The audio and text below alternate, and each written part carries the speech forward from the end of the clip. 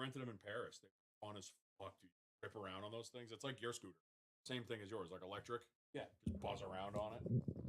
Like Norms is way better, absolutely. For the price of them too, relatively cheap. Like whatever you get them for an hour or whatever it is. Still, Steph's ran out of battery. We're going up. How do they like? Do you plug them in somewhere? You drop. So basically, you can dump them. You're supposed to leave them at one, like a bike rack, but they charge when you hook them in. But sometimes you go to rack and it's completely full, and you have to like leave. Oh, I always thought it was just like stop where you last people got just on it. leave them Yeah. places. People just dump them. Yeah, because there are people that are literally driving around just they collecting. collect them. Yeah. But no, the whole thing is like you pick them up at one station, right? You ride around and put it back, or ride to another bike rack and put them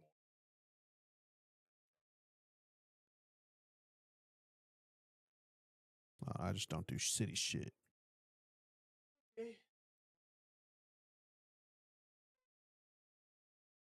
Oh, relax. That says a lot.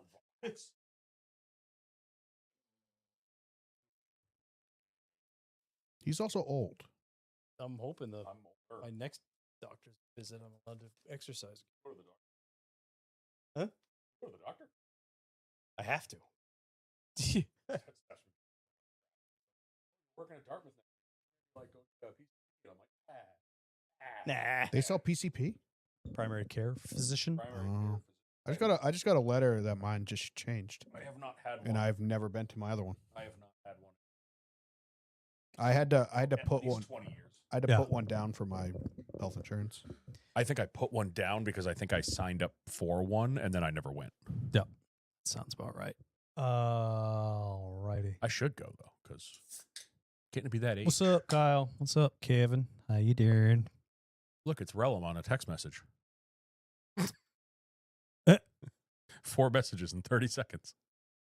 I love you, Kevin. You are a extra texter. Yeah, I thought I was bad. I'm a big You're not like that bad. I text as I think. I'm not a big wall Yeah. of text. I'm like bang, bang, bang, bang, bang. You know what I mean? You're not Kevin though. No, Kevin is the king of 8 texts for one thought. I love you. We love you, but you know it's true. When Kevin texts me, I just wait. Oh, I do too. I don't even respond. Just I wait. don't think I've ever responded first message. Just let it roll because more is coming. What is it with the Kevins in our lives? Because you know what I forgot? Kevin Wiles, man, love you to death. I wanted to leave the media challenge so bad. We were the last 2 people there talking to Shannon. Oh yeah. And I'm Yeah. like, all right, well, I think I'm gonna. And as soon as I got to, I think I'm gonna, he would start a whole new conversation. And Yeah. I'm like, all right, I guess I'll just sit here and continue listening. So you know that. Yeah. Imagine Kevin back when he used to drink. No. We were in the clubs. Well, none of us drink, so You do in excess. apparently, yeah, I'm just a heathen. Yeah, I can imagine that would be bad. Thanks, Kyle. I always forgot. My van I slides. forgot. Love Ooh, these. nice. I like obviously I don't see Kevin all the time. I see him at Right. Loudon. I see him in the media challenge. I see him Loudon weekend, maybe once or twice. Other than that, and we're sitting there talking, and it finally, after about 20 minutes of me trying to leave, it dawned on me. I'm like, oh yeah, I forgot about this. I was like, I just got to leave. I just have to. Yeah, you'd have to just go. I just have to walk away. Yeah, that's how you do it.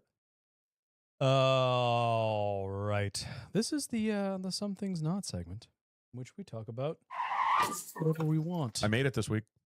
Yeah, congratulations. Welcome back. Yay. Back in the studio.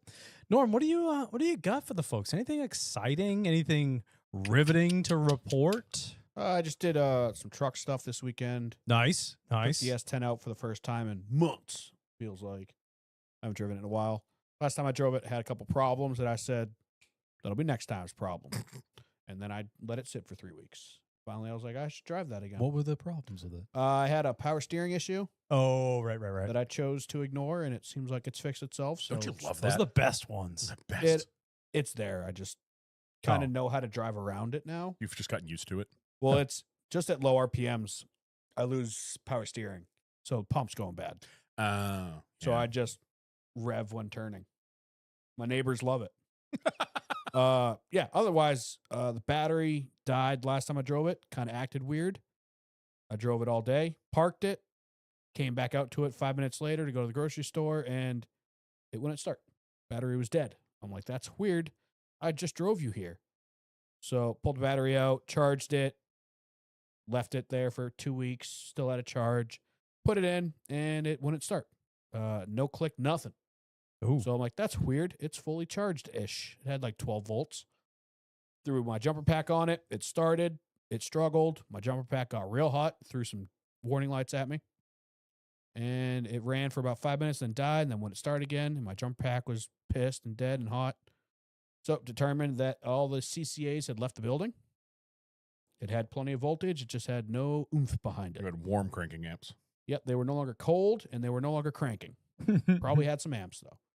So said, fuck it. I was going to go buy a new battery. I prefer Interstates. I've just always liked their batteries. Unfortunately, they have banking hours. Big Joe Gibbs guy. Big Joe Gibbs guy. Actually, the one I used to go to all the time had Kyle Busch stuff everywhere. Mm. They had Kyle Busch helmet, giant Kyle Busch car on the sign. It was pretty dope. The That's other the one I best. go to is a little bit newer, so they don't really have much in there. But they run banking hours, so I would have had to wait till like Tuesday, aka tomorrow, and I would have needed to haul ass there after work to go get it because they close at 5. I'm out at 4. It's on the other side of town. Close at 5. Yeah, Yeah. they're like 9 to 5, Monday through Friday. Get effed on the Is it a weekends. Is it a parts store or is it just a battery It's store? just an Interstate store. Is there an Interstate store? In Merrimack, next to I didn't know we had one. That's crazy. I've never even seen one. just past Anheuser-Busch. Oh, I think I know what you're talking. I always thought Interstate was just like my buddy up in where he used to work for MFA. He opened his own shop, and I went there to pick Steph's car up the day the Interstate guy came to set up his display. He's an Interstate like dealer. Yeah. No, there's full-on Interstate stores. They're not big, but it's like a Parts Plus, but for Interstate batteries Gotcha. only. Tell you. But they were closed, so I said, screw it. I'll go to O'Reilly's and get a Super Start. And I went there and I found a Silverado battery, a little bit bigger, had 100 more cold cranking amps than my dead one. Mm. And I said, take all my money because it's So it only has expensive. 100 cold cranking amps? Well, fine. It has 800 more than my other one. There you go. My other one has You think it probably has 100 more negative. than my dead one? I was like, wait, But carry my- the Carry the 5, that's only 100? That's The 100. best battery for my size truck, like the one that it calls for an S10, had 690. The Interstate I'm taking out had 700. I was like, I'd rather be in the 800 range. We're Yeah. cranking out a hog ass V8. So I just went, looked on the shelf, found a side post that looked close, measured it close enough, and bought it for $220. Dude, Yeah, the batteries batteries are ain't cheap. Batteries are crazy. ridiculous now. That happened 3-year like after warranty. COVID. So in about 37 months, it's going to fail on me and no longer take a charge, and I'm going to be buying another battery. Hey, it could be worse. It could be an Optima that died in like a month. Like Yeah, mine. they would had never- those, Pieces of shit. or they offered them with. They had way more cold cranking amps, but obviously they're $365. I've just or always whatever. heard horror stories about Optimus. I've heard If you let It's them one or die, the you're other. fucked. Yeah. it's one or the other. I've heard they're the only batteries you can bring back from the brink of death. It's not And I've true. heard the second it drops below like 11.5 volts, it's dead forever. Yeah, you Yeah. might as well total it.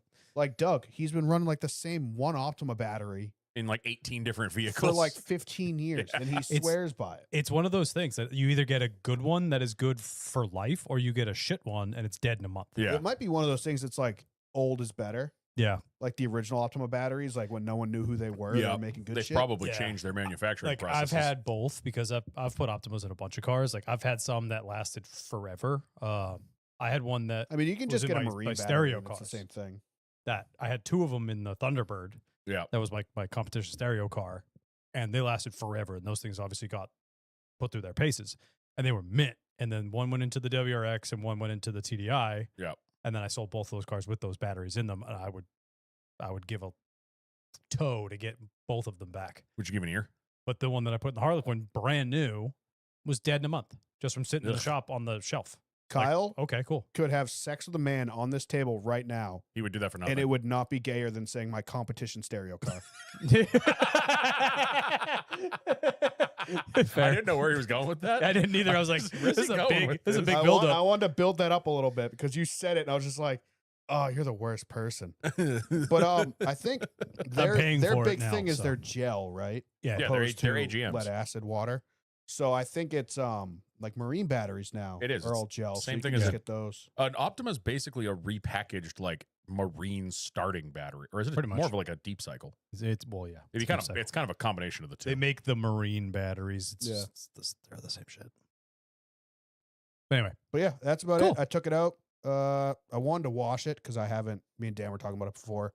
I haven't like hand washed that thing yet this year, so it still has like pollen on it from the Mm. beginning of the year that like car washes won't take off. Mhm. yeah. And Friday, I was trying to do it. I was like, pull it out. I was gonna wash it. Had the room and had the day to do it because we're on off water in my town, Oh yeah, odd even. So I was like, I'll Huh? do it. And then you've never seen that? Like his Yeah. town does it every year, where it's like to curb water shortage. It's Oh, like odd even. So like if it's an odd day, well, I don't know what you are. odd. So on an odd date day, he can wash his car, water his lawn. My water the- neighbor water the- gave me shit for it when I was like 17. He's like, it's an odd even watering. I was like, I'm cleaning a car. I'm not running a sprinkler for 12 hours. Yeah, my sprinkler system takes 2 hours to go from one end to the other, like Yeah. zone by zone. Like I understand why it uses a shit ton of water too. Like, Yeah. but Well, washing like, a car, like, yeah. come on. But yeah, so I didn't get to hand wash it this weekend. So I took it through a car wash and it did nothing. Yeah, I feel like they've gotten worse. I was And so they've gotten more expensive, Yeah. luckily. I was so excited to move into the house. I'm gonna wash my car all the time. I've hand washed one vehicle all year. It was the Cabrio before the media challenge because it was gross. Yeah. I think I left the garage door Oh, open I when I would mowed the lawn. kill for a garage But- right on the side of my driveway so I could do what Kyle did with the pressure washer. But yeah. It's super. every convenient. time I've gotten a hair across my ass to like wash the truck or wash the GTI, it's a billion degrees out, or it's gonna rain later. So I've just like when it's a nice night day out, Yeah. I don't have time. I'm doing something else or whatever. Like this weekend, The setup I have just makes it so much easier because you just hook up the hose and you're ripping. off and ripping. Oh yeah, in when 2 I did seconds. this, it Yeah. took Instead me of having to lug everything out, it- hook it up, untangle it. it took plug me it. longer to set up than it did to wash the Cabrio. Exactly. Now, granted, Exactly. Right. Cheap pressure washers are like those cheap hose reels. The second you get like a little pressure pulling it, you flip the thing over Oh, on yeah. the side and it's that's how miserable. mine is. Mine's a little electric one, and I have to like put my foot on it and pull the hose out. If I don't, I'm just dragging it across the yard. Right. Yeah, it took me longer to set up than it did to wash it. But in my defense, it was the first time using my the foam foam cannon. Yeah. I inherited all of Steph's Do you have one dad's- that looks like a Sick. UMP or an MP5? No, I inherited all of That's cool. Steph's dad's car washing stuff because he one year ran over a yellow line and bought everything to get rid of the paint in the wheel wells and then detail everything. They built a detail That's shop. he honestly built he respectable. built a tote. There's a brand new buffer in there, all the chemicals to buff with. Are you ever gonna buff? I've done it before. I know how to. I just don't. Well, you got to think Need Steph's to. did lived on the end of a dirt road. Oh yeah, Yeah. He bought it that all was like used, the most satisfying 15 minutes ever. And then you're just like, then ruined it. I have to get the mail. That's why I'm pretty sure he did it once, and then Yeah. everything just lived in that box. But yeah, there was a little snow foam gun in there, and I was so excited to get to use it. And it's actually they're sick. It's Chemical Yeah. Guys one. It's sick. Those Best are nice. battery paint scheme. What? Bobby Labonte. Yeah, Interstate. probably the one. Yeah. What do you got, Dan? Quite a bit. I mean, so we weren't here last week because I was leaving early Tuesday morning to fly to Chicago. It was the hotter than the devil's asshole. It was probably like some of the worst heat I've ever felt. And it wasn't that bad compared to how it had been there. It was in the 90s. I don't know, it feels like it was touching 100, but it was just a different level of hot. And then the problem was it never cooled off. We went on the first night we were there. We went one of those little like scenic, because obviously Chicago's got the river that runs through the middle of it. So one of the boat cruises, you kind of go on the river, then you go out into Lake Michigan. Yeah. We got off the boat at 10:30 and it was still 85 degrees out. Woof. I'm like, well, this doesn't make sense. So we did a lot of inside stuff. Hot and thick. Yeah. Oh, it was. Did a lot of inside stuff for our touristy crap. Went to like the aquarium, went to a museum that has the only German U-boat on display in America, which was sick. Oh shit, that's Dude, cool. it was actually pretty wild. The whole story behind it. Yeah. Did you hit him with the old loser? Pretty much. Well, no, that's one we captured, and then they were supposed to torpedo them all, and then somebody was like, wait, we should save one. They had like 5 of them, I think, and they were like, we should save one. And it ended up sitting on the front lawn of this museum until like the 90s, and it was like starting to rust away. They were like, we should build a exhibit for this, and they just basically dug a giant hole in the ground, like all concrete, lowered it into it, and then built a roof over it. There was a Fair. news story of some guy in England or France doing that after World War II. Just found a tank and just like built a barn around it, and they didn't find it for Yeah. like 40, 50 years. There was a bunch He's of like, what? I didn't know it was illegal. Yeah, Go there was get a your bunch of tank. there was a bunch of cool shit in there. They had one of the Apollo space capsules in there. Like the museum Cool. was sick. A lot of inside stuff though. Like I said, just kind of did some of that stuff. The main reason we went though was Wednesday night. We went to Wrigley Field for Noah Khan. My sister-in-law loves him to death.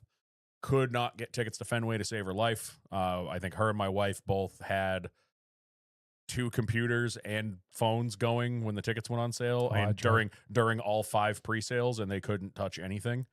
And at the same time, the Chicago tickets went on sale, and my wife was able to get some. So we were like, "Oh, screw it, we'll go to Chicago."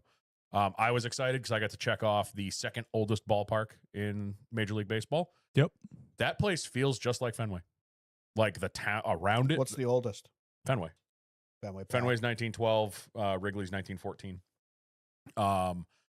The surrounding area feels exactly like Fenway. Bars, there's a Lucky Strike, there's sports betting places, but like you get off the train and you are in like a neighborhood with a ballpark in it, and there's just bars and restaurants and stuff all over the place. Walking around in the ballpark feels just like Fenway. It was actually crazy how similar it felt, but yeah, it was pretty cool. Again, probably the hottest I've ever been in my entire life. It got to the point where you just stopped caring. You're like, I'm sweaty, and that's just how it is now. There's no relief. I went to go grab a drink, and I went under the grandstands. Mm-hmm. When we first got there, it was nice under there. After about an hour or two of people being in there, you walked under there, and it was like walking into a microwave. It was disgusting. It was so bad, but we had a great time. I'm glad we went to Chicago and not New York, because he had to cancel one of the shows this weekend in New York because of weather. Lightning, and like the train was flooding. Like there was videos of New York subways flooding. So that would have sucked, traveling and then having the thing you were there to travel to get canceled, and then there's like no rescheduling. They just refunded. That's so we got lucky there. I meant to look up who this guy is. He's from really Vermont. good. He's from Vermont. She's loved him for years. You'll know 90% of his songs because it's all over Instagram and TikTok. Like that's what a lot of his songs are. Like they end up in those. They're popular because of that. But I ended up like listening to his new album a bunch before we went, because I was like, I didn't want to just be completely lost the whole time we were there, because there's nothing worse than being in a concert that you don't know. Yeah. And I described it to my sister-in-law. I was like, so we got home Friday morning, and then Saturday I was hanging out, or Friday night I think it was. I made a fire at the house because it was a beautiful night out. So I was like, I'll sit outside with the campfire, blah, blah, blah. I got the radio out, and I played the album again. And I was like, I texted my sister-in-law. I was like, I get it. I think I get why you like him. I'm like, his music sounds exactly like this feels. Sitting by a campfire on a beautiful summer night with a beer in my hand. I've played a bunch of his stuff at Pocono. Yeah. Obviously, we got a lot going on. We're hanging out, we're talking, blah, blah, blah, blah. I've played him He's a like, ton. if I had to say, it's that vibe. It's like folky pop kind of, but the kid's from Vermont. He references New England in like everything. Yeah. We were sitting there, and like there's the huge video board behind him, and there's pictures of like the 89 highway sign. I'm like, I've been there. Yeah. Like, you know, he's awesome. There's an old square Volvo wagon on stage with Vermont plates on it. Like he gets arrested on it during the show. That's cool. But yeah, it was awesome. It was actually a really good time. Had a great time there. Then fucking Thursday morning, we're in Chicago still. We wake up. The heat has been replaced with choking smoke. I know you guys had the Mexico filter on here. Everything was golden. Yep. Sepia filter. We didn't have that there, because I think here the smoke was up higher. Like it was still smoky, but like the higher up in the atmosphere smoke is what gave you that yellow golden hue. Chicago, the smoke was on the ground. You couldn't see the city. We were standing in the city, and I couldn't see the city. Like I could not see any buildings. I have a picture of it when we walked out of the hotel room. I'm looking up whatever street we were on, main drag, and you can maybe see 2 blocks, and then it looked like fog. Yeah, and it smelled like a house fire. Like it didn't smell like a campfire. It smelled like acrid, like wiring and plastic was burning. People are walking around with shirts tied around their faces. Hey, I've liked one of his songs on Spotify. Yeah, everyone brought out the N95 masks again. Like it was like tough to breathe. Like we were walking around, and it's like, this sucks, dude. Yeah. Like it was miserable. I thought I saw something that we were supposed to get that. We never did. It never really made it over here, but we found out towards the end of the day that whatever the AQI, the air quality index number was that day, was the worst ever recorded in Chicago since they've started recording them. I was like, oh, great. We picked a great day. Because like Tuesday, Wednesday, where we had like red sky and like a tiny bit of haze. Yeah. Like, it was noticeable from a distance, but no air quality seeming issues or anything like that. And then Thursday, it seemed fine. And then I saw online that Friday we were supposed to get low smoke. Yeah. Like it was actually supposed to be physically smoky. and it was clear blue skies. Yeah, all we got day home on Friday. It was yeah. beautiful out. Saturday was beautiful. Yesterday was beautiful. We Yeah. never really got it back, but Well, Saturday rained. So Saturday rained, true. Fought it off a little bit. But it was like, and then we got up Friday morning. We're at the airport, and you could almost barely see past. Like our jet was sitting there with the jetway attached. You could barely see past the end of the jet. Yeah. It was like thick fog had rolled in, but it was just this nasty smoke that you couldn't breathe in. I feel bad for anyone. I know Kyle just said in the chat, having asthma, had nearly choked in that smoke in Richmond this weekend. Dude, I felt bad for anybody that was out in that with it. If they had any kind of breathing issues, I'm like, I don't know of any breathing issues I have, undiagnosed shit, I'm sure, but like I was coughing, Steph was coughing, like you couldn't catch a breath. Like you would go to breathe in and you'd get like half a breath and you're like, oh God, like it was like someone was holding a bag over your head. I hit the inhaler for the first time in years. Yeah, it was Thursday. I've never experienced, because I mean we've had wildfire smoke here before, but it's never Yeah, I've never it was had the worst it. I've experienced. I've never seen it at ground level, like walking through smoke. Yeah. It was pretty thick here. If you looked at like the AQI map, it came from like Buffalo Yes. area, like straight to here. It almost like missed some of you guys. Yeah. Wednesday, Thursday here was really orange, and I could see the smoke rolling down the fucking down the river. I know. which was crazy. Carter Opley just said that the AQI was purple in Virginia. Yeah, I think Chicago hit 790 something on Thursday. Yeah. Which the higher the number, the worse it is. Like a normal day is like in the 50 or below. Yeah. So yeah, it was not great. It was, but you know what? It made me. I really liked that city. It was a lot of fun. Like I told Kyle, we were talking one night. It never shuts off, so that kind of sucks. It made me miss my quiet house. Yeah. 3 o'clock in the morning, there's ambulances going by and the train's running all night, and it's like, oh my God, does this like at least like when I lived in Alston, 3 o'clock in the morning, it pretty much quieted down. Like it was still a city, there was still a light roar, but like you weren't having the train go by, you weren't anything like that. Yeah. But I did kind of get to walk part of where the street course was. I ended up finding myself, when we were going to that museum, we stopped at a bus stop and I was like, I think this is where the track came. So I'm sitting there waiting for the bus. And I'm looking at the map and I ended up watching the old highlights and I'm like, oh, there's the bus stop we're standing at right there. Found it. And I will say, I told Steph this and she agreed. If they bring the street race back, we're going. Cause I think that would be so fucking cool to watch. Yeah. Cause like being where it was and then looking around and being like, imagine watching race cars right there.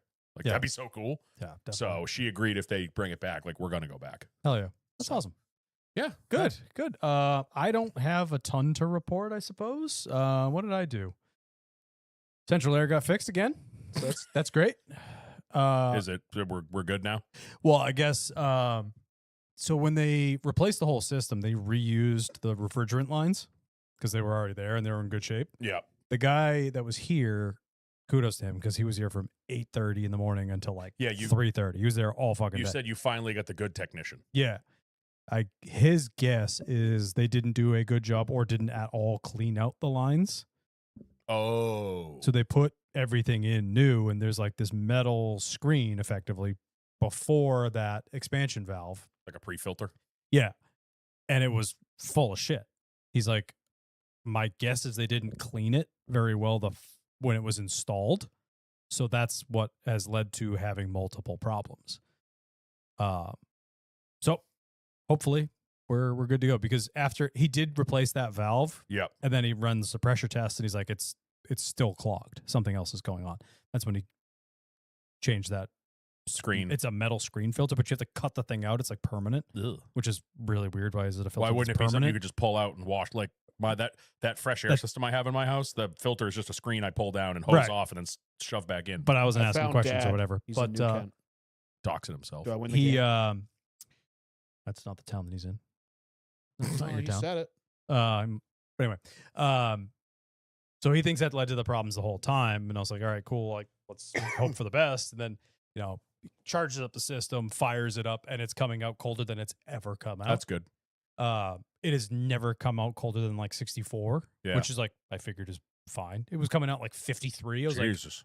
like, Lord Almighty, we're ripping. Yeah, I remember. I feel like I remember you talking when you put that system in, like it was overkill. It was supposed to be. Yeah. And I remember you being like confused. Yeah. So we may have finally rectified the issue, which is great. That's good. Well, you have a year because it seems to be June, July. You'll find out. Yeah. It's good. It'll be good for the rest of the year. Yeah. We'll find out next year. This time next year is when we'll find out. Yeah, we'll find out again. But other than that, not a whole lot to report. Did some stuff around the house and Yesterday, Sunday, we went out to a local Volkswagen dealership, did a little cars and coffee.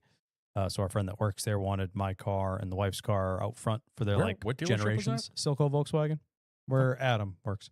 Oh, Yeah. okay. So they wanted earlier generations on display out front. So he asked us to bring both the cars. So it was nice. We brought those out, shot down there in the morning, left the dogs at home, just had a day for us and got some lunch and hung out with people. I hit my first cars and coffee of the year last weekend before I left. So last Sunday. And the underrated. Cars and coffee is just underrated. I was home by 10:30. Yeah. We ended up going out to lunch and shit. But Yeah. then we came back here. It was great. I left, went out, ended up hanging out with our listener and my buddy John Holso. Like I ran into him. I ran into Paul, Norm's garage mate. Just ran into a bunch of people that I was friends with, talked to people, made like 2 laps of everything, and then got in my car and went home. And I was like, I pulled in the driveway at 10:30. I was like, that is so nice. It's not like an entire day affair. Like I went and had fun, and now I'm home and I can do other stuff today. Was that the Concord one? Yeah, the Concord one. It's a great time. I gotta go to that. And I found probably the last remaining Cherry Sakura Red Bulls. I saw you very excited about that this morning. Super excited. I know where there's one. In my fridge. It's a non-sugar free though. I don't care. It's a regular one. High test. What I probably should do is just order a case of them because they're See if gone. you can find one. Yeah. See if I can find a case. Steph bought it. It's my favorite. Steph bought it to try flavor. it and then decided she was no longer drinking Red Bulls. So we have like 3 or 4. We have that one, and then there's like a couple other flavors that I only like the orange ones. Like I am orange till death. Yeah, so we have a bunch of random flavors just in the garage fridge that are probably never going to get drank because she's like trying to be better. She's trying to not drink them. Yeah, that's a good thing. Cool. Well, that's does it for Off Track. You guys want to have an episode? Mazel. Sure. All right, let's. Should have redid the theme like the Cinco de Mayo one, but we should have done like a super 80s theme because it's North Wilkesboro. Too late. Mike, get on it right quick. You have 3 seconds. Yeah, right.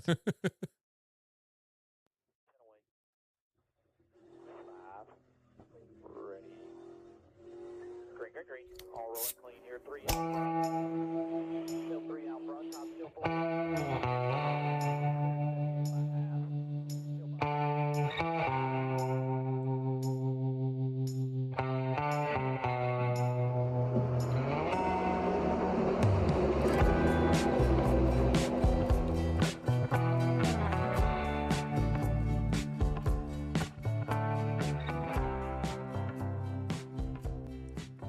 All right, ladies and gentlemen, welcome back to yet another episode of the Loose is Fast podcast, the NASCAR podcast for the fans, by the fans.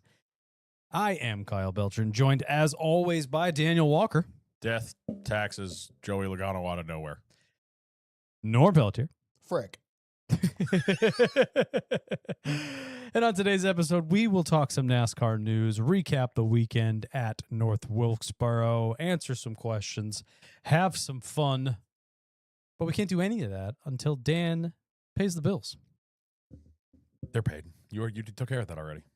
Those deep Yeah, pockets. Those deep pockets. You're fine. The shallow boy. We don't need to sell anything. We are brought to you this week and Just every our other week souls. by. Yes. Brought to you this week and every other week by us, the Loose is Fast podcast. We are, as we've said all year, we are on our own now. So anything you buy goes to us and nobody else. Please help for the love of God. We need it. You can head on over to loosesfastpodcast.com. Get yourself some shirts. Get yourself some fanny packs, some A lot merch. of good stuff in there. Lots of cool stuff. I know our spring drop was pretty hot. Norm killed it on that. That all of that is still available. Yeah, where's the summer drop at? It blends together. We got a fall drop. I want a cardigan. Smurring. Spring. Smurring. Spummer. I like spummer. I like spummer The drop. Spummer drop. Spummer drop. We'll just for now on call it the 2026 drop. I'm gonna need a Finter That's all you drop. get for a year. Fucking spummer. I'm gonna need a Finter drop. Or wall. Spummer's my new favorite word. Spummer. Spummer. Would you company that spummer drop? You're welcome. So yeah, go get yourself some merch from the Spummer drop. Okay, it stops up. It's so good. It's so good. I'm sorry. Wear it to Sorry. the track, wear it to a funeral, wear it wherever, wear it to church, Where do anywhere you want to go. Trying to think what else. Sorry, my brain I hear feet prints upstairs. And it Yep. just completely derailed me. Must be Other nice to ways, hear. sorry. Other ways you can help us monetarily is by participating in a wonderful little thing. It's not gambling. It's donating. It's called Kyle's Race Day Challenge. Kyle, what is that? The Race Day Challenge is if you donate the dollar amount that matches the driver's number you believe will win on Sunday and guess correctly, we'll send you a little something. Any takers? Preston, thank you very much, as always. Did Bennett not do his customary? He did not, I don't think, unless I missed it. He's probably sick of doing it and lighting. What is it? I think he does Larson every week. Yeah, He's Larson, yeah. Probably sick of lighting $5 on fire. It's going to happen someday, and I know it's going to be the day that he doesn't. Could have been this week, but then Zilich said, no, sir. No, sir. Uh, He said nay. That's on the 5. damn it. No, that's on the 88. Skiers rules. Yeah. Car behind has to watch out for everybody. Was he behind at that point? Yes. Carter Opley, well played. Dan getting distracted by feet. I think I got bingo. Yeah, nice. You can also help us out, not monetarily. That way, by doing that, you can leave reviews. On Apple Podcasts, you can leave long form reviews and leave 5 stars. Apparently, we got one 4 weeks ago.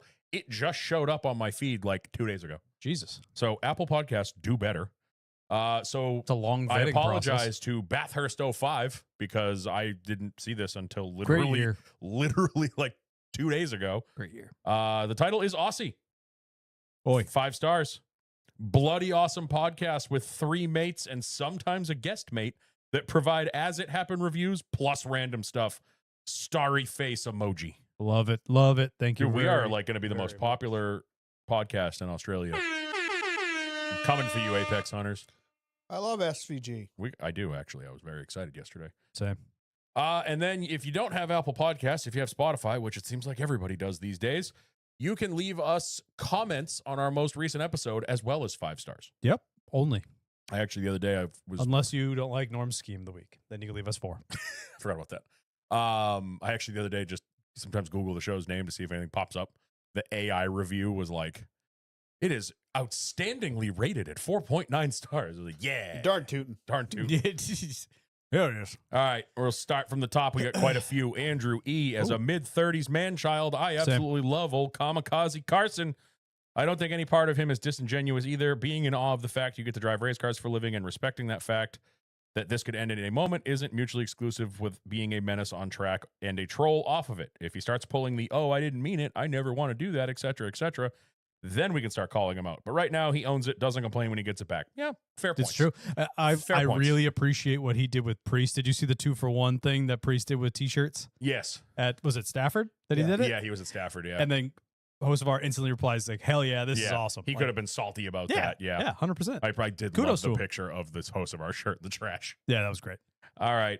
Jeremy S. But if you can give it, you better be able to take Yes. it. And he can, which I think is great. Jeremy S. I enjoy the weekly commentary about how good or mostly bad the race sponsors are. Fair. Favorite obsolete old school race names. Some of mine to name a few. Pepsi Firecracker 400, Die Hard 500. That one was so good. Oh, yeah. Mountain Dew Southern 500. Get rid of the Mountain Dew. That was when we started going downhill. Just the Southern 500 is fine. Right. Pontiac Excitement 400. That was Richmond. Jesus. That would have been a Richmond race. Yeah. The Tyson Holly Farms 400, which was Wilkesboro. And one of my underrated favorites, the Bud at the Glen. Wow. He pretty much nailed it. I Yeah. mean, I love, sometimes it's funny too when you watch, if you look Your back, tick drives me crazy. sorry. Sometimes when you look back at like the 70s and it's like the Dixie 500 or the Confederacy 400 or Yeah. the before sponsors became a thing. Right. Yeah. Some of those names are wild, but he honestly hit Yeah, he a nailed lot of of my personal He favorites. missed the biggest and the bestest. The World 600. No, that's up there. Yep. The Winston. Oh, the Winston. Yeah. Sarah. I mean, if you want to go really far back, not really far, but Loudon's first couple races, like the Jiffy Lube 300. Yep. Or the really down years when the July race would be the New Hampshire 300 and the September race would be the New England 300. Yep. Pocono went through the same thing. They had the Pocono 500 and the Pennsylvania 500. But now Yep. it's the best name in NASCAR. Great American Getaway. Great American. The Great American Hell yeah. Getaway is a great Sounds really current name. I think I'm glad that we started doing that because I feel like no other podcast even mentions the names. It's, to me, the name of the race is much like Norm's paint scheme review.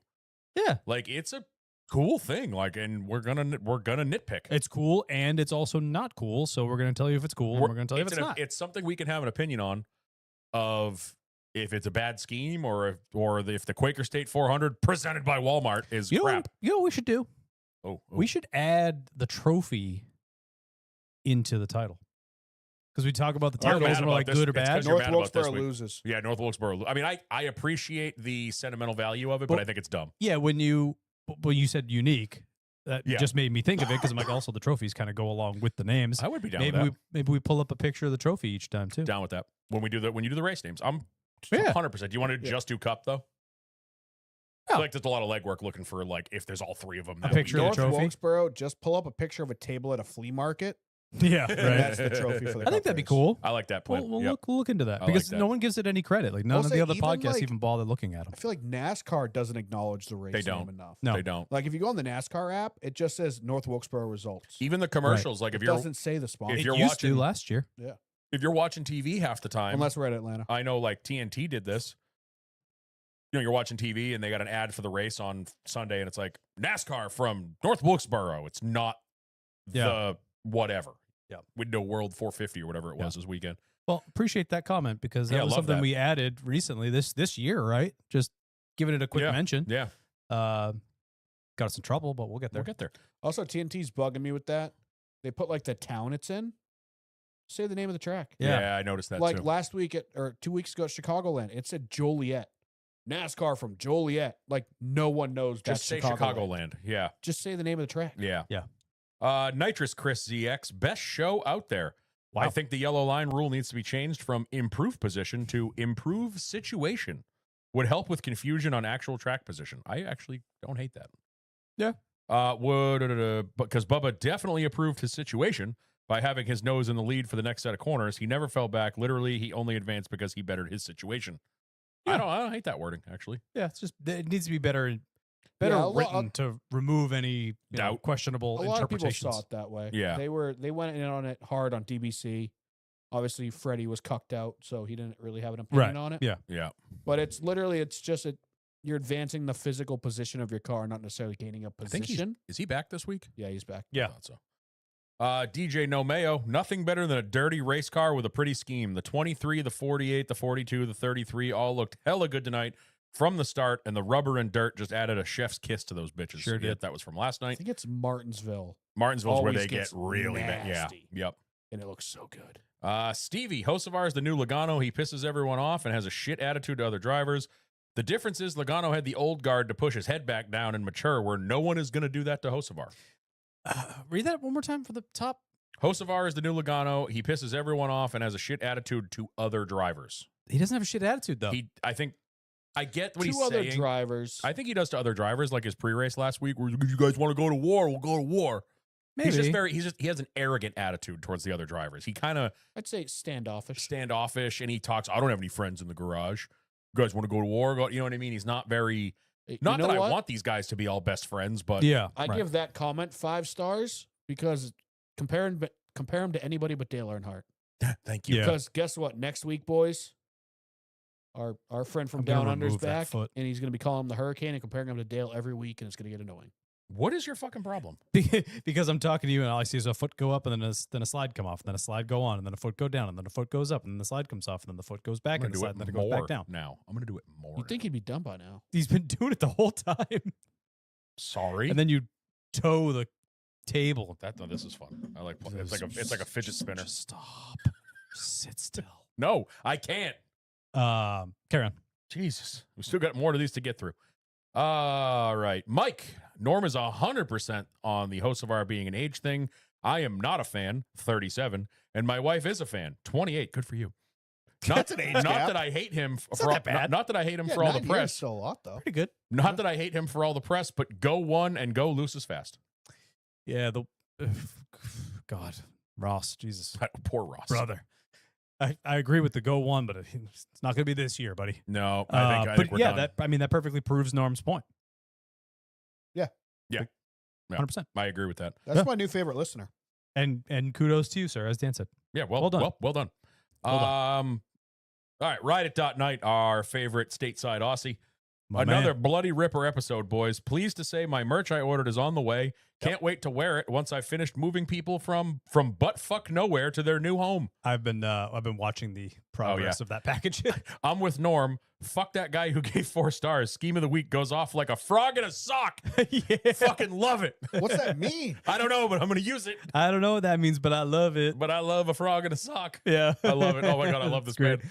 I love him so much. All right. And now where we got in trouble. Yep. Brooks, I know you guys aren't Christians, and I can respect that you don't believe, but you would think that y'all would recognize that a majority of the fan base are Christians, and the constant going out of your way to hate on faith is a huge turnoff. I love the show. I love hearing the opinions and water cooler talk, but the near constant hating on any display of faith is turning me away from the show. Well, first of all, thank you. We appreciate feedback, good and bad, constructive criticism, We always say, or not. we always say, give it, if you got a problem, let us know. Yeah, 1,000%. And I think constantly going out of our way to hate is a gross overstatement. I don't think we go out of our way to do it, but yeah, I mean, we don't want to offend people. So if we hurt your feelings or offended anybody, Yeah. we certainly do apologize for that. We're also entitled to our opinions as well. So yeah, if we don't want to hate anybody and, agree to disagree. Yeah, we'll try to be Well, better about it. We'll yeah. Definitely. So knowing that it bothers people, Yeah, it's 100%. it's an easy enough thing Yeah. to 100%. clean up. Yeah. If anything we do or say bothers anyone, just let us know and we'll stop. Now, Yeah. this will be my last show because I'm sure everyone's going to say I bother. Yeah. But like I said to these guys, like whether you did something wrong in your eyes or not, if you hurt someone's feelings, you hurt someone's feelings, and you Absolutely. should say, I'm sorry for hurting your feelings. Yeah. So if we did that, 100% apologize. We'll own up our fault and we'll try to be better about it. I've tried to do better. I feel like I was a little smoother last week with it, but I will say I'm never giving up McJesus. That nickname is going to live forever. Yeah, and I'm never going to back down from saying that people that preach their faith and then are horrible people behind the scenes are the worst kind of people. I agree with that. And I will never back down from that one because that is not practicing what you preach. And Literally. I apparently should stop drinking. Yeah, I don't know where you I've been got. saying this yeah. for years. Anyway, Yeah, apparently I'm just a big He hits drunk. us. But thank you. I do. Thank you for still loving the show. 100%. Hopefully you stick around. And we love you. Yeah. And thank you for the constructive criticism. Yes. We've said it Because all that's the how time. we get better. Where we can't get better if all we get is people kissing our ass. yeah. Hold up. No, you don't guys learn. going to open If you- floodgates. Yeah, I don't know if I but I love Real seeing- constructive criticism. we all right? love everybody. I love everybody that gives us 5 stars and tells us how great we are and all this stuff. Obviously, we love that. Yeah. I'm not saying don't do that. I'm just saying sometimes it's good to come back down to earth a little bit. Like Yeah, couple- 100%. like earlier Yeah, this year. It's a genuine concern, and it won't be that hard for us 100%. to correct. Yeah. it. It's So, yeah, similar 100%. to earlier this year. Someone said we talk over each other and Kyle hits too many buttons, and we've tried to you know what I mean? Like Dan's done we a shit can't- job, but we try. Yeah, dude, you're freaking crazy for saying that. We can't fix what we don't know we're doing Exactly, wrong. exactly. So And we we're- appreciate it. And we're in our own little silo too. So pointing things out definitely helps us big time. Carter, I believe. And we're not gonna agree on everything. No. We're gonna have differing opinions, and that's how this world should work: is agree to disagree and 100%. have a friendly debate. Like, this is how I see things, and this is how I practice or don't, or whatever the case is, and Yep. we can all come together and have common ground on something else. Yep. Like Norm thinks that those were the two same situations, and they weren't. But we agree to disagree. We Still still going love back. Norm. I'm confused. What 2 situations? It's okay. Well, It's fine. We'll tell you when you're older. We'll review the radio.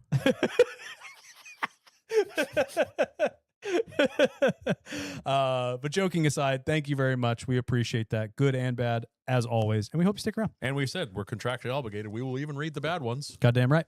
unless it's too bad. Unless you're mean. Then Do you give stars when you leave comments on? Yeah, there's a Spotify limit episodes? between constructive criticism and then just being a jerk. yeah. So anyway, this was not that case. No, you were perfect. All right. So that's all that. So yeah, go leave us reviews. Go leave us comments. Good, bad, ugly, happy, sad, whatever. And then when you're done doing all that, if you got some shitty wheels on your car, call Jim's Rims. Jim's Rims. Jim's Rims is our good buddy. He will fix all of your wheels problems. If you curbed a wheel, even if your wheels are perfectly fine, you're just sick of how they look. He will paint them, powder coat them. He even apparently has a chrome guy now too. Make 'em hot. You'll make your rollers hot. So you can message him on Facebook at Jim's Rims. You can visit jimsrims.net. Call 774-229-6608 or visit them in Rehoboth, Massachusetts, right near I almost did it again. I keep wanting to say You were It right. is Seekonk. Seekonk and Stafford, for some reason, have a blend in my brain. So, yeah, right up the road from Seekonk Speedway. You can go visit them down there in good old Rehoboth, Massachusetts, if you're local. Don't know how many people are. He's getting my wheels this winter. I Yeah, was I supposed just to go looked get my wheels on Friday, but then the AC guy came. Oh, the Cabrio. He still has the Cabrio wheels? Yeah. Oh, okay. I was looking at Dan's wheels as I was pulling in. You should go Jim's rims. I'm gonna. Jim's This Rims. winter, when I take them off, they're going to Jim's Rims. Well, I got tires, so I'm going to bring the tires down. Yeah. I'm out the tires and then take them all back. Yep. But I should bring the blades to him, see if we can chrome the blades. You could. yeah, he's got a Chrome guy now. Yeah, I'm gonna do a truck, fuck it. All right. Thank you very much for that, Daniel. That's going to send us right into, I'm not on the right screen. We do this thing live. There's no post production, all right? We ship it. We had to fire the producer. So. Fair. All right, race picks. Remember when Norm used to be good at this game? You know what really made me realize how not good he's been lately was Ricky's Q3 standings. Norm is Hey, second hey, to hey. last with like 2 points. I didn't hear no bell. I've gotten 28 points this sector. Yeah, you're in rough shape, my friend. But hey- But I got the same amount of points as Kyle this week. That's a W. sure did. Our picks for North Wilkesboro. I chose Alex Bowman, which was a disaster, and he ruined the race. Not clear. Yeah, he sucks at driving. Getting me 11 points, 1 spot ahead of Norm, but the same amount of points with 11 for Ross Chastain. I think But Ross would have our- been fine if I he don't didn't. understand how we tied in points. Neither of them got stage Ross points. had the Ross fastest had the fastest lap. For Yeah. a while, Ross had That's the my fastest boy, lap. Ross. And then the winner on the day, Dan Walker, with Ryan Priest getting him a total of 32 on For the a day. For a while before Bowman decided to, I turn now, we were just having the battle of mid. Yeah. We were like Oh, we were all in the 23rd, mid-20s, yeah. 22nd. Like we were just, I was like, I'm going to win, but I'm going to get 15 points to Kyle's 13 points. Yeah. And honestly, this could have been much worse. Yeah. Like Dan, like on paper, kicked our ass, but it wasn't a huge. It point wasn't. gain. Yeah. Priest got lucky because he didn't I get mean, trapped a lap down. yeah. It was plus 21 on the day, which is a pretty good gain, give or Yeah. take. I need chunks though, and I was talking to Kyle about this last night. If I had chose Blaney last week and Logano this week, I have both. You'd be of in the them. lead I'd be in the lead. easily. All right. That brings our totals to I retain the lead at 732. Norm has 682, and Dan has 663. Nipping. Less than Nip 20 away from Norm. Nip it at the heels. Just wait for that reset for the playoffs, right? Right? I'm just saving the goods for the Right. postseason, boys. Right. No. You got a 25-point lead going to the playoffs, right? Right? No. Right? It's not how that works. Picking for Indy, we already talked that I chose Tyler Reddick. Oh, yeah, I Norm, forgot about that. where are you going? I'm going with the GOAT. Ty Dillon. Jimmy Johnson. You guys Riley are Herbst. so far off. Cody Ri- Ware. Riley Herbst. Think of somebody Cole who, Custer. first of all, handsome as all hell. Great personality, great sponsorship, has won here in the O'Reilly series. Kyle Belcher. Justin Allgaier. Riley Herbst, you guessed it, yeah. I knew you did. I knew I guessed it. Not. That's my GOAT, dude. I'm a big Riley Herbst fan. He's my main guy next year, I think. It's really not a bad pick. It's not. if you think It's not about it. terrible.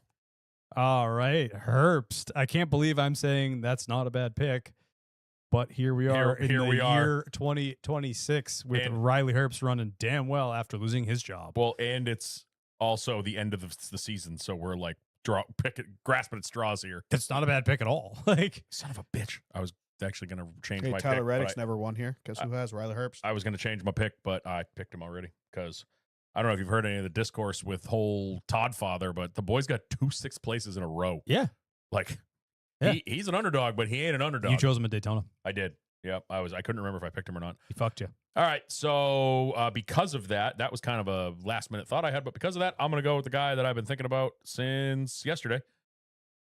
Give me YRB. Young Ryan Blaney. Give me the other half of the final 4 or the final 2 of the bracket challenge. The man who does not need $1 million. Tyler Reddick for me. Ryan Blaney for Dan. Riley Herbst for Norm. Let's see how it shakes out at Indy. You guys are going to feel so dumb when Riley Herbst kicks your asses. Yes. Yes, I am. I will quit.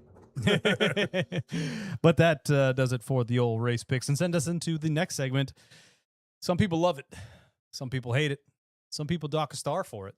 Some imitate it. Some duplicate it. Some masturbate to it. But no matter what it is, Norm's Scheme of the week. Hot. Damn it, I was early. Nailed it. I was early. As usual. First of all, that's a sick picture. Joe Sanchez just dropped the sickest picture. I doubt it. Of himself, or Who dat? if it's not him, I don't want it. That is sick. Look at that. It's Joseph Logano just mogging, dude. Like the flames out the pipes. As Carson Hocevar Jesus. would say, he's mogging, dude, for real, for real.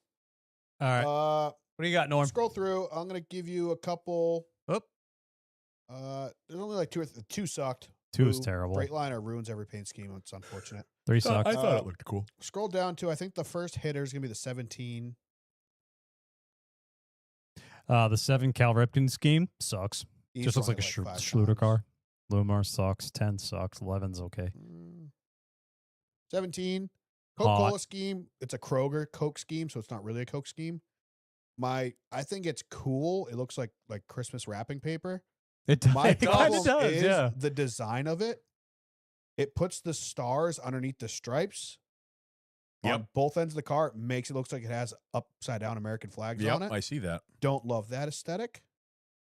It was a choice. They made it, and it's bad. 19 hot. I love the Wix scheme. Dude, that Wix car is so good. Although I don't love the white side skirts. Stupid. Yeah, the side skirts bug me, but it's Joe Gibbs. What can you expect? Their schemes are normally pretty bad. 2 best friends, 2021. Yep. 2021. That 21 picture's sick. Ooh, Got Bowman's Holler in it. 23, super cool. great Uh, Coke scheme. Like a day late and $1 short on the World Cup there, bub. Well, it but- finished yesterday, so I mean, technically it was over, but it was like Yeah. on the same day. Super cool. Coca-Cola scheme. All pro trash. Yeah, all pros terrible. 33 Honestly, drivers I don't trash. think there was much else heat throughout the pack. 34 was cool looking. 41. Yuck. Their schemes are bad. 42, baby. 45 for random medication or bank or whatever this is. It's a good scheme. It's a really good scheme. I like Yeah. the color combination. Non-vegan nation on on the it. 47. My goat. 51 looked really good. Race ruiner in the 48. If anything, that made the race better. 60 actually looked really I like good. the 60 because it was simple. I Simple just- tire. Nice. Aye. Very I nice. like nice. the incorporation of the logo, kind of ghost in the background. I just hate the RFK black circle behind the numbers. That's obviously cheating something. Hot. I love that. 88 Race- decent. race 97 ruiner. not bad. I really like They the ran Wendy's. Oh. the same scheme in red, and I think the Indy White. ran it in white. White. It was red and white, and then 97 looked really good in blue. But scheme of the week is going to go to a car that Kyle talked shit about 5 seconds ago, the 9 car. really the Lumar. Yeah, I love this scheme. It's similar. I don't think it's the exact one he ran last year. It's not. I love the Lumar schemes. They look sick. It's like the it looks like the A-Shock schemes. Yeah. They're just super cool looking. The only thing I don't love about it is the maroon hood, but it's not atrocious. I also don't love the logo itself because it looks like Luke Creative's logo. Like it reminds me of it, like the sponsorship logo. Ew. Would you give that a 4-star paint scheme review? Dude, I was gonna tell the guy to go back and give us a 1.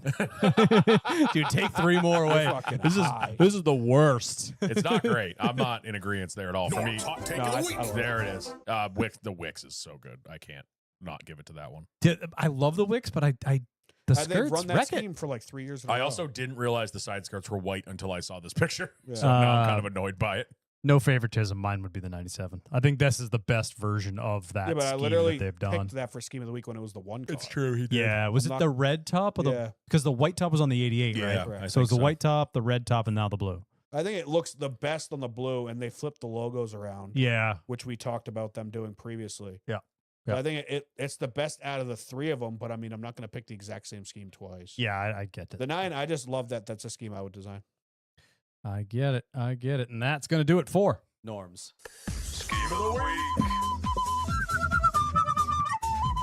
Hot. Hot. so hot. All right, let's get back to the old chat here, and we'll keep digging on the rest of the show. Anything else you guys want to touch on, or shall we keep going? Hot.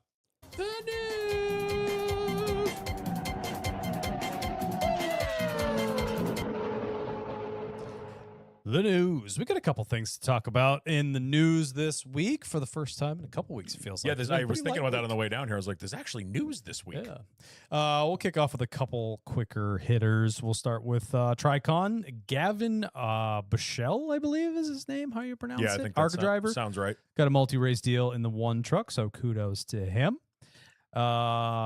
We saw Landon Huffman in the 75 for North Wilkesboro for the Henderson No, we didn't. team. Well, Oh, I didn't even supposed know to. he was in the race. No, he wasn't. He DNQ'd. Yeah. Did he? Supposed to. Couple other driver announcements we saw from Front Row Motorsports that Todd Gilliland's contract extension was penciled in. Yep.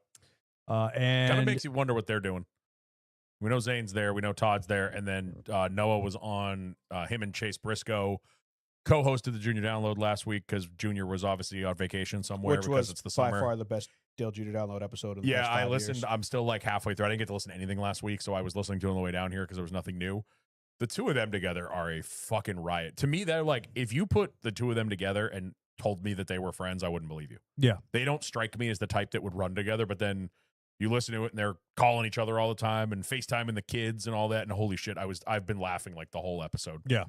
But Noah said real early, he was talking about the incident at San Diego with Magnuson. Mhm. And Chase was like, well, why didn't you punch him? And Noah's like, well, I'm trying to find a job for next year. So, oh, okay. Yep. Gotcha. So they put somebody in the Ford. Do they sell/lease that charter out to one RFK? Like, Oh, I didn't think about that. I didn't think about them selling the charter, but I just assumed Lane Riggs was going to take it. Carter Opley actually put up on our Twitter, he put a whole thing up about them selling or leasing the charter, and a lot of people responded to it and basically were like, that's what they should do. Yeah. Not sell it, just lease it. Yeah, they need to right the ship. I mean, they're doing great things in truck, obviously, which we will get to, Yeah. but they are hurting. I mean, even the Cup cars aren't that bad. That 4 car, though, like, go back last week, Atlanta. He was 2 laps down in the first stage on straight speed. Even Noah said it. He goes, the 66 pulled away from me. Yeah. Yeah, Like- and I don't think that's a Noah issue. It's not. It's a car issue, but It's similar to like we talked about the 35 all of last year. yes. I just don't think they had the top dogs on that team. Yeah. I didn't think they spread out their workforce strong enough in front row. Whether it's Zane's car or Todd's car, I think Zane's is typically the stronger. I think so, too. It seems like they have something figured out on that car and they're not sharing it or not willing to. Yeah, I I don't- don't front know. row is weird because it's everyone's like they were using this as ammo against Hocevar or against Zane versus Hocevar. It's like, look at where they are at points. Look at Hocevar has the win this year. It's like, yeah, front row has been stagnant for 10 years. Outside of qualifying at super speedways a Yeah, couple they- seasons ago. They are running better than they ever have with Zane in 23rd in points and Todd right there with them. 23rd, 24th, I believe. Yeah. Like that is 5-6 spots better than they realistically should be. Like they are outperforming what they should. Yeah, obviously next gen we expect everybody to have like more speed than At normal, least but flashes. not Yeah. everybody can. And Zane has banged out a couple top 10s. Yeah. Todd's He's had a some couple random too. speed. Todd is But the Dan just mentioned. 4 he's- is out to lunch. Yeah, the 4 is there's something wrong with that team. Whether it is potentially them thinking about getting rid of that charter, so they're not giving it the resources Mhm. because hey guys, guess what? You need a job next year. That's not the biggest facility to be running 5 teams out of either. No. no So super outdated. very much so. Yeah. Yep. It So took yeah, me like it- 20 minutes to find somebody to give money to, too. I'm I didn't standing think there with a about them pickle hat. I'm leasing like, out can I that give you somebody charter." money? Please. The engine guy had to come up and do it. I knocked on the shop door. I was like holding the hat up to get somebody to come out and take my money. But yeah, I don't know. We'll see what they do with that. But Because I wanted to bring up, I know we're still in news, but I wanted to bring up how underwhelming this silly season has been. so far, Everyone's just signing where they are. No, I want craziness. I want fucking Chase. movement. I want Chase Elliott in the 54. Like, give me something dumb. yeah, the 4 might be leasing out the 4 charter might be a good way for them to kind of reset. And Yeah. whatever. And we know that there's at least, I mean, for a fact, we know RFK is begging for a charter. Or it could be a bargaining chip for them to get a better alliance. True. You know, if they partner up with RFK, they lease it to RFK. Let's say, oh, well, it's a 1-year deal plus, partnership. Yeah. To get RFK is data. supposedly doing that with Rick Ware and like that I mean, Well, The they whole did. part of this not deal. anymore. was yeah. they were leasing that charter to RFK and they were giving him support and it hasn't shown up really on Rick Ware. So well, Well, they're they're- not there anymore. They're with RCR now. yeah, Rick- but that was last year and Last stuff. year, When they yes. were Fords. It didn't do because they're anything. still leasing the same charter. But last year, it's Rick Ware was nowhere close to them. Yeah.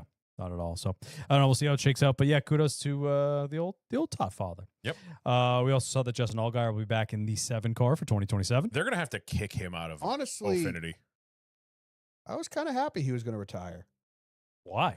because he was going to kick their ass and then deuce out and go I expected be that. happily ever after with his family. His kids are growing up and stuff like that. Give me a back-to-back ass. But that's kicking. what I but I think expected. it's he wanted out, but now it's like obviously like he's 6 wins on the season, 200-point lead over second Well, place. and I think he he likes might this. not want to leave. He likes this system more, I think, than Yeah. if it was still playoffs, winning you're in, eliminations, all that shit. I think he'd be gone. But I think he is so goddamn consistent and winning races. And if he's not winning races, he's finishing 4th. Yeah. He knows that he's just got to drive like he can, and he's going to win. He could win 3 more championships. I hope he just sticks around for 3 years and just mops the floor over thought and they over said it was and again. multi-year.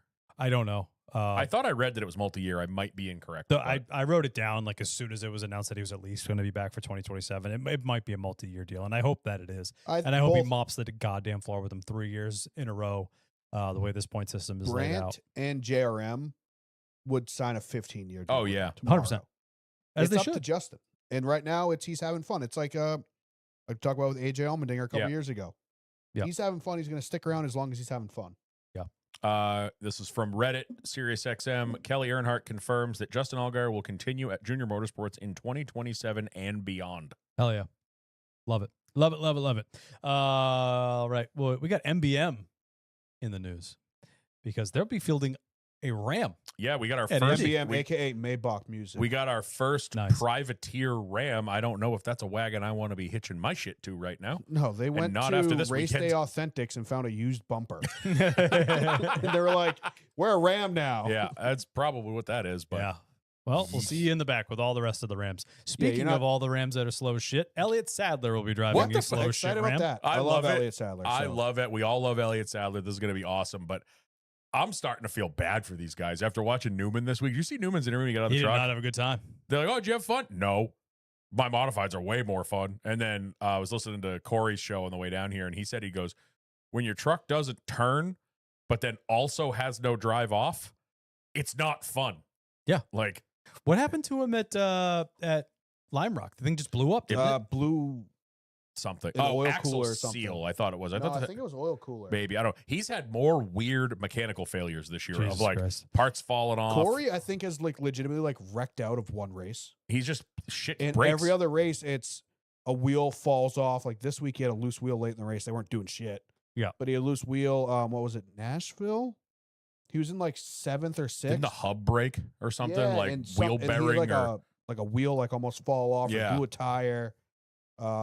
Lime Rock, he was doing decent there at the end, and something blew up. He's had nothing but like mechanical gremlins or flat tires. Yeah. and then when he's not, I mean, he's run decent, not outside of this weekend. I think This he's weekend was a been joke. on average the best running Ram, but not by far not the best finishing.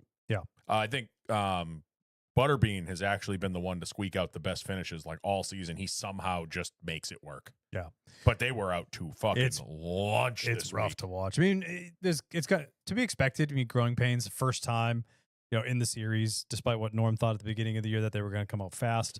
Well, I They are thought I always dog shit slow. assume new body, better arrow Yeah, you is would my expect assumption. You have like it, especially Chevy with a this spec year. motor.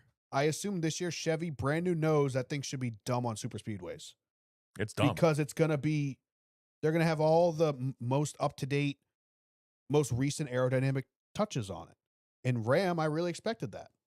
And they came out and we didn't learn until, Corey was full time. The thing that their chassis are 4 years old. They don't have sim. They're using, Corey said on this podcast this week, Yep. they're using notes from their Xfinity days. That is the notes they're setting the trucks up with. And they're just now. Xfinity cars are nothing like Yeah, trucks. he said they're just now starting to realize that that's not working and we shouldn't do that. So this week was their first time going to a legitimate short track. They haven't been, other than Bristol, they haven't been to a legitimate short track yet. Slow short track. Yeah. They were so far off everything. He goes, next week, we're literally doing the opposite on every single thing, and our truck should be 10 times faster. Yeah. He said When they go to everything we IFP. did this week, not a single thing will be touching those trucks next week. So they're just so much more behind. Like I assumed, wrongfully, obviously, that the Truck Series was pretty cut and dry. Money buys speed. Spire, out of nowhere, buys KBM. KBM was a good truck team because they had a lot of money. Spire buys it. They have a lot of money. Good truck team. Tricon obviously has the most money in trucks. Good truck team. Fucking Front Row, they don't have the most money. Great truck team. Lawsuit speed. I assumed Ram was going to have the most money and the most speed because that's how you go fast in lower series racing. And it's because they have no notebooks. They bought used equipment.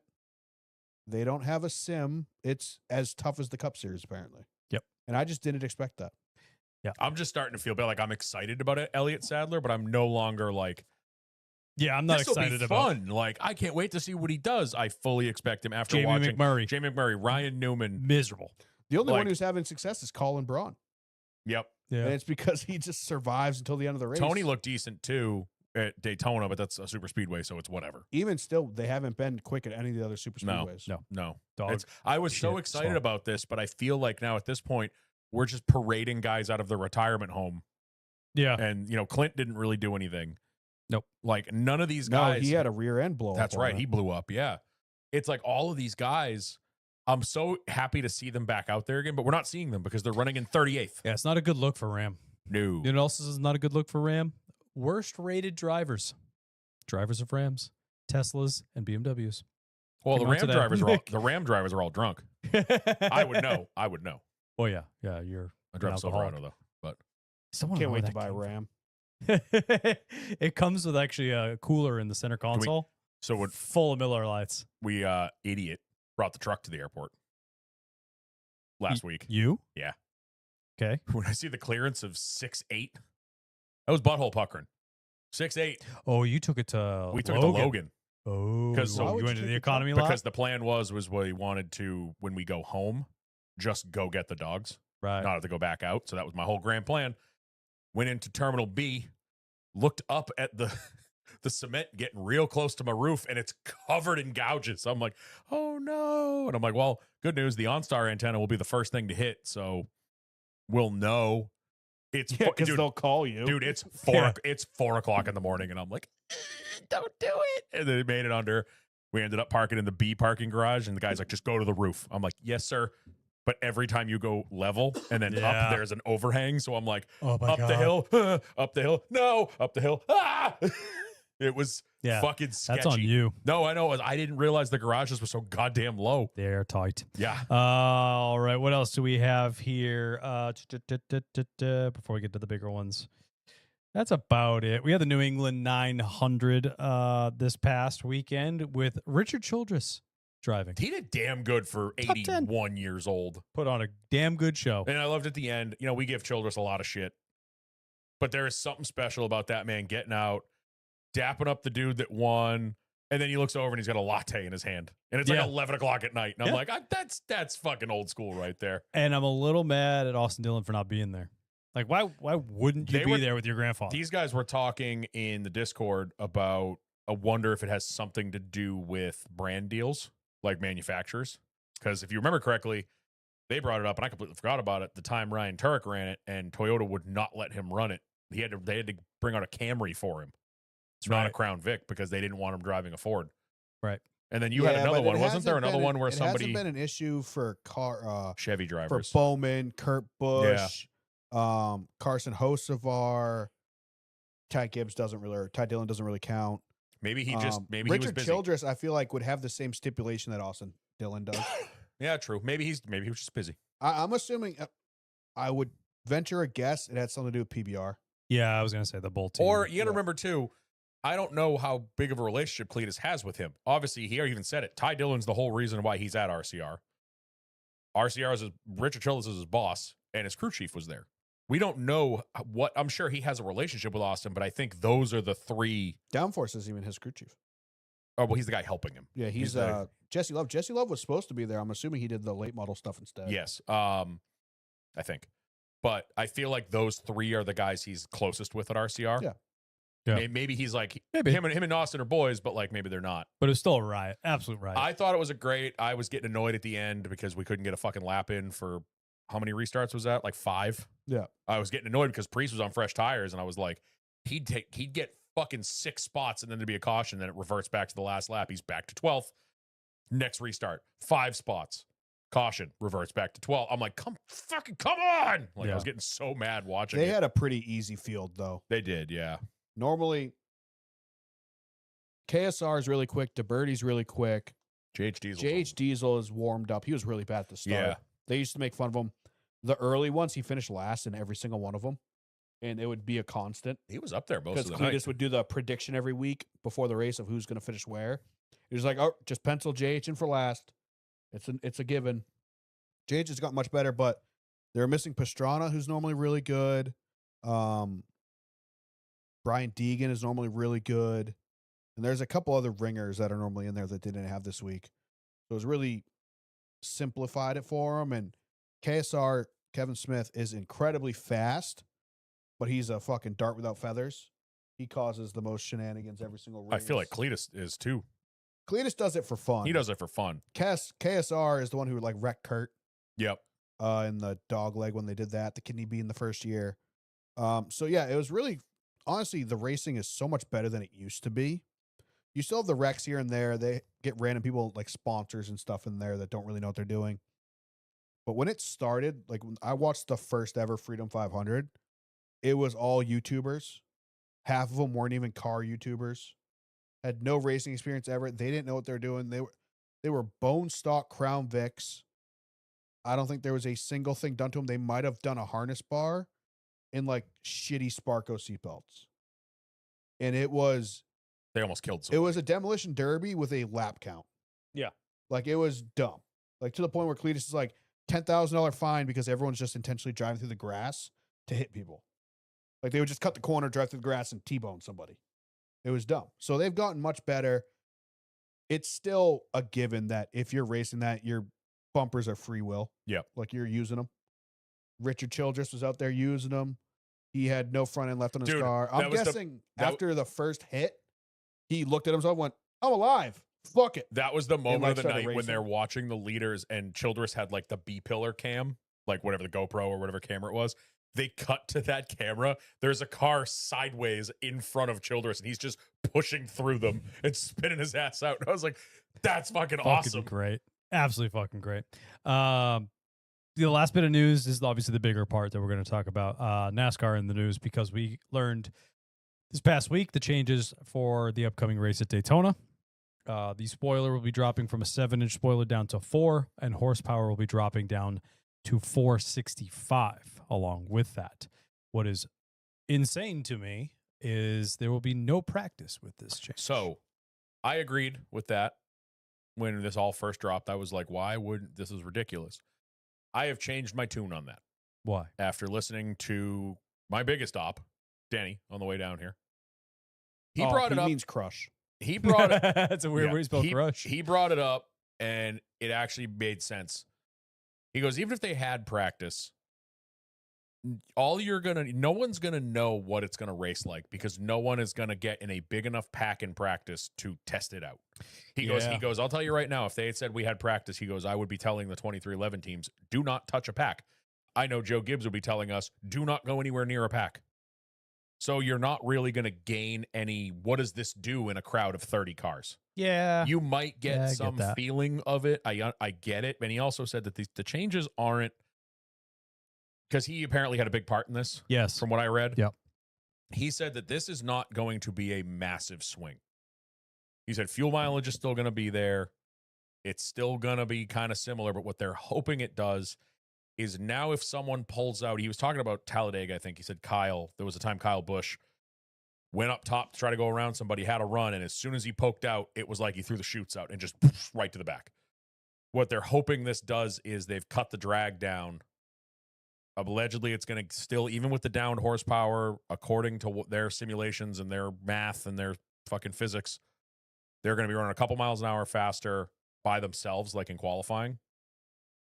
So what they're hoping is if you pull out, you might not be able to go around somebody, but you'll pull out, you won't fall. So it might, you pull out, then the guy behind you pulls out. You get more people to go with you. Right. Now it's not like, oh, someone pulls out, see you, bitch. You'll be at least able to maintain. Exactly. Right. Yeah, that's what they're hoping for, because basically the problem is you're locked into wherever you are. If you're fourth row high you're not jumping out of line. Right. You know? That's like we saw that at Talladega a couple months ago. Yeah. It's the only movement we saw in the top 15 after the final caution was the one guy who got spun out onto the apron.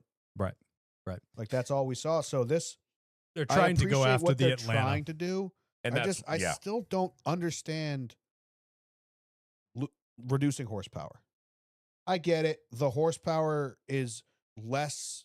They lost less horsepower than got rid of drag. So that it's still less drag to horsepower ratio. It's a net gain, yes. As long as But there's but it still could be a like much larger you're- gain. The whole point is the cars have too much drag for the amount of horsepower they have. Yep. The cars can't drive through the amount of drag they have fast enough. You get out of line and you don't have enough power to push the air. It is what it is. So they reduced the spoiler. Perfect. But then they followed it up by reducing horsepower. So it's a minor gain. I kind of get it though, because if you look, NASCAR is obviously terrified of the 200 number. They're afraid of blowovers. They're big time. afraid of anything over 200. And these cars, The takeoff speed is if you not much higher watch, than that. if you watch Talladega Daytona, when they're going full out, when they're not saving, they're touching 198 in the pack at the end of the straightaway. So now if these cars are going to have less drag, they're going to go faster by themselves. What's that going to do? Because what are they running now in qualifying? Like 180? Probably. And then they get in a pack and if they're going full out, which they don't always do, but when they're going to the boards, they're 195, 198, somewhere in that ballpark. So now if they're doing 185 by themselves, 187, does that mean we're doing 206 into the corner? I think that's what they're afraid That's of. what they're afraid of. I understand. I get Norm's point. And I agree with him, but I do also too. see the other side of it where you get rid of a little bit of drag, but don't touch the horsepower. Now the speeds are way higher, and we're going to have someone in the catch fence in 4. This was the Like- safest swing they could make at it. It's a hell of a lot easier to crank up the power a little bit Yep. than it is to And put the toothpaste back in the tube when it comes to Well- drag. If they drop the spoiler and then they're like, oh, this is too fast, we're going to put the spoiler back up, people are going to lose their yeah, minds. and I think Denny if said they it. drop the spoiler and then they drop the horsepower too, people are going to get pissed. But then if they add a little bit more power after this first run at Yeah. it, I think Denny said it best too. He goes, this, like I said, he said it's not going to be a big swing. It could look almost exactly the same, but he said it basically along very similar rhetoric from when we added power at the short tracks. It's a start. And that's good. they're Is willing to make a They're change. willing to go in that direction. So now let's see what this looks like at Daytona. They'll probably run at Daytona and Talladega, I would guess. I don't think they're going to change it between the two. Yep. Then you have preseason testing. So they're probably using these next 2 races with the shorter spoiler and less horsepower, see what it produces, see what it Right. does. If we need to make changes, guess what? We got preseason Thunder coming up. We're going to fucking put no spoiler on it and 800 horse. You know what I mean? Like then Yeah. they can do whatever the fuck they want. Right. This is, I think, real world testing to see what happens when we do this and this.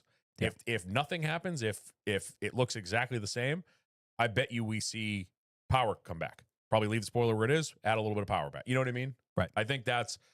I was trying to be a little more positive about it because, like I said, I was kind of on board with both of you guys. I was pissed about the no practice, but then, like I said, on the way down here, I was listening to Denny, and he made me go, he's got a point. Like no one Right. would have gotten in a pack big enough for you to figure it out anyway. And then I was also on board with Norm, where I was like, why are you doing this? It's like a fucking double negative or a Right. double. You're canceling out the gain you're making by doing that. But I think, I don't know. We'll have to see. Denny is the reason I'm cautiously optimistic about this, because if anyone will lead them in the right direction, it's him. He wouldn't have let them say he was involved if he didn't think it would do something. Right. And they've obviously tested it in the wind tunnel and in sims and stuff like that. And they, at 3 miles an hour, that's the number. That's the increase. Single cars, 3 miles an hour faster. I heard that. I would have just, I don't know. It's the losing horsepower thing is what's bugging me about it.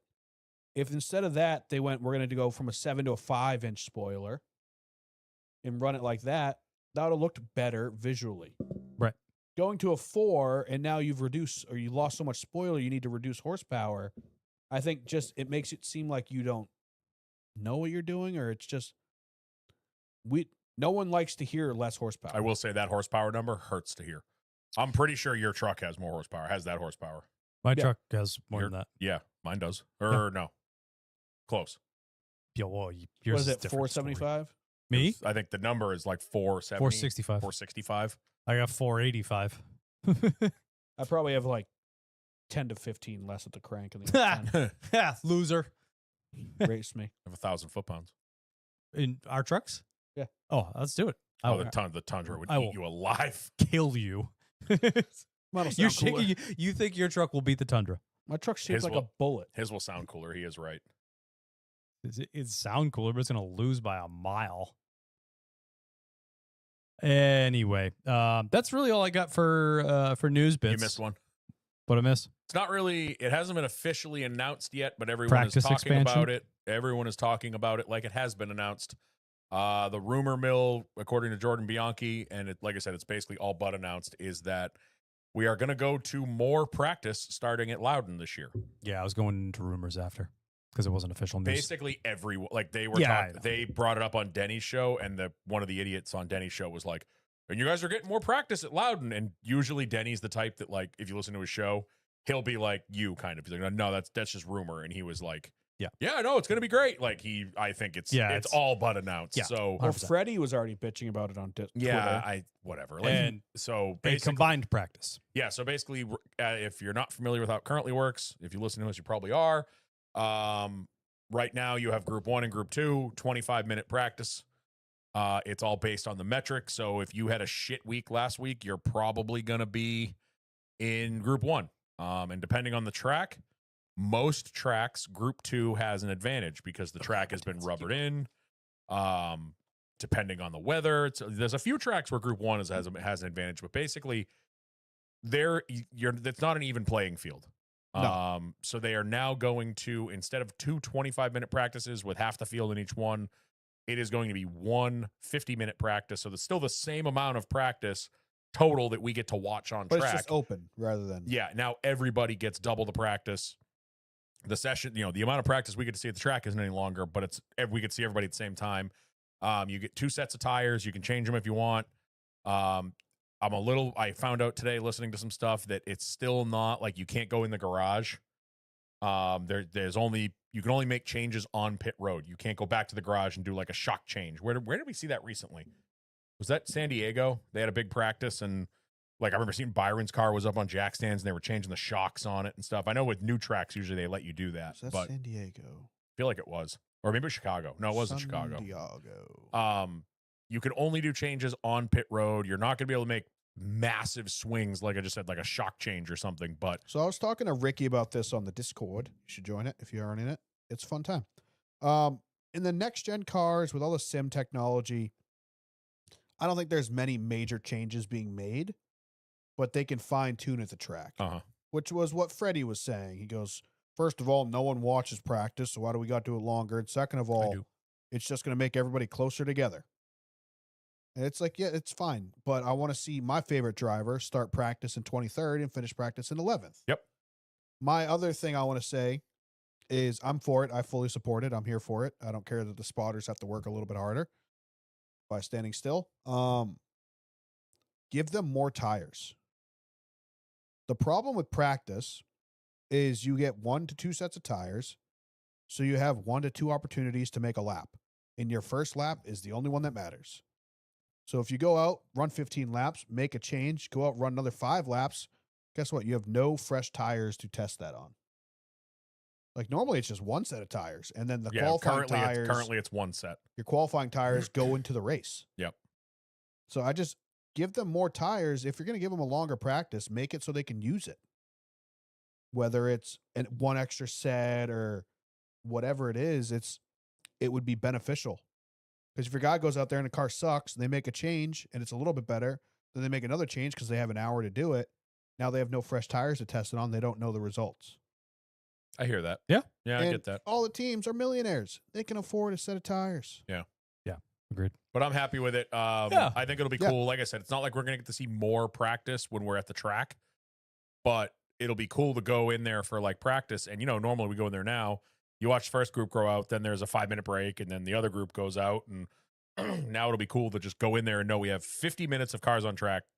Everybody's out there. I'm glad that the storyline of Group 2 had a disadvantage because the sun slightly shifted and then there's a cloud there, so like the track's totally different. Yep. And like it's apples to dump trucks. You can't compare Group 1 and 2. It's like Jesus fucking Christ. Yeah. Now and that they're that's- all even playing field, well, and this will same help. time, do whatever you Yeah, want. this will help the smaller teams and the back of the pack because usually they're in the Group 1.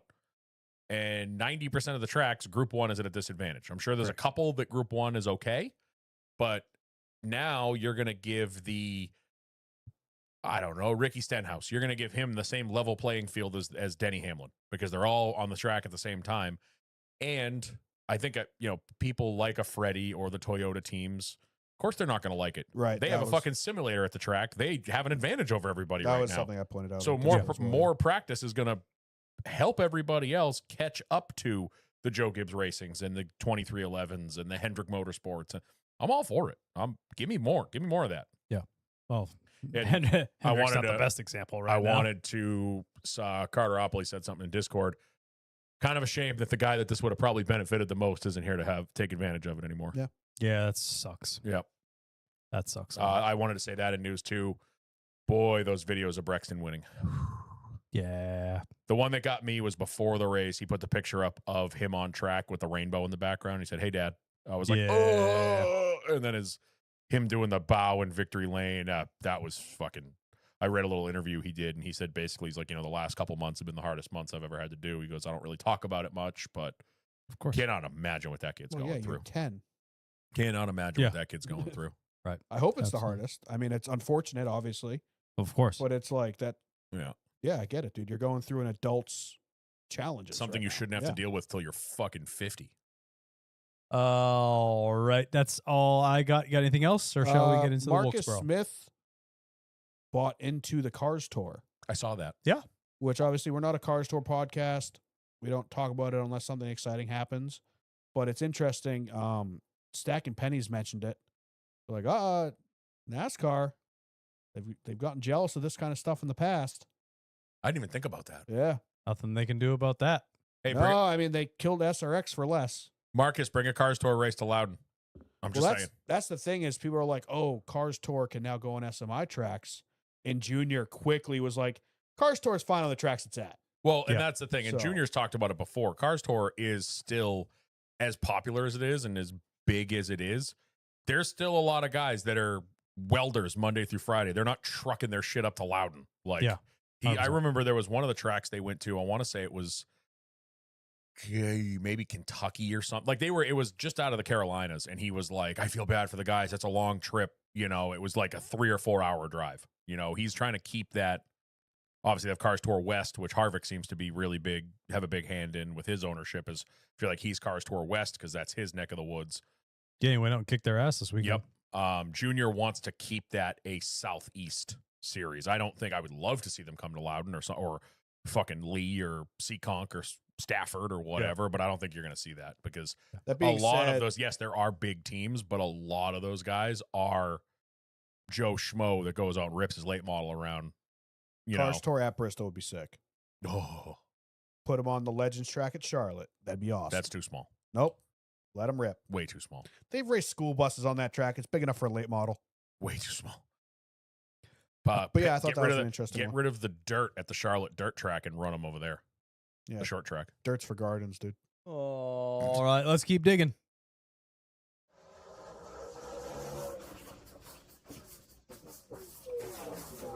Noom noom noom noom noom noom noom noom. Noom noom noom noom noom noom noom noom noom. All right, we had technically 4 races over the weekend with the Cars Tour running pro lates and late model stocks.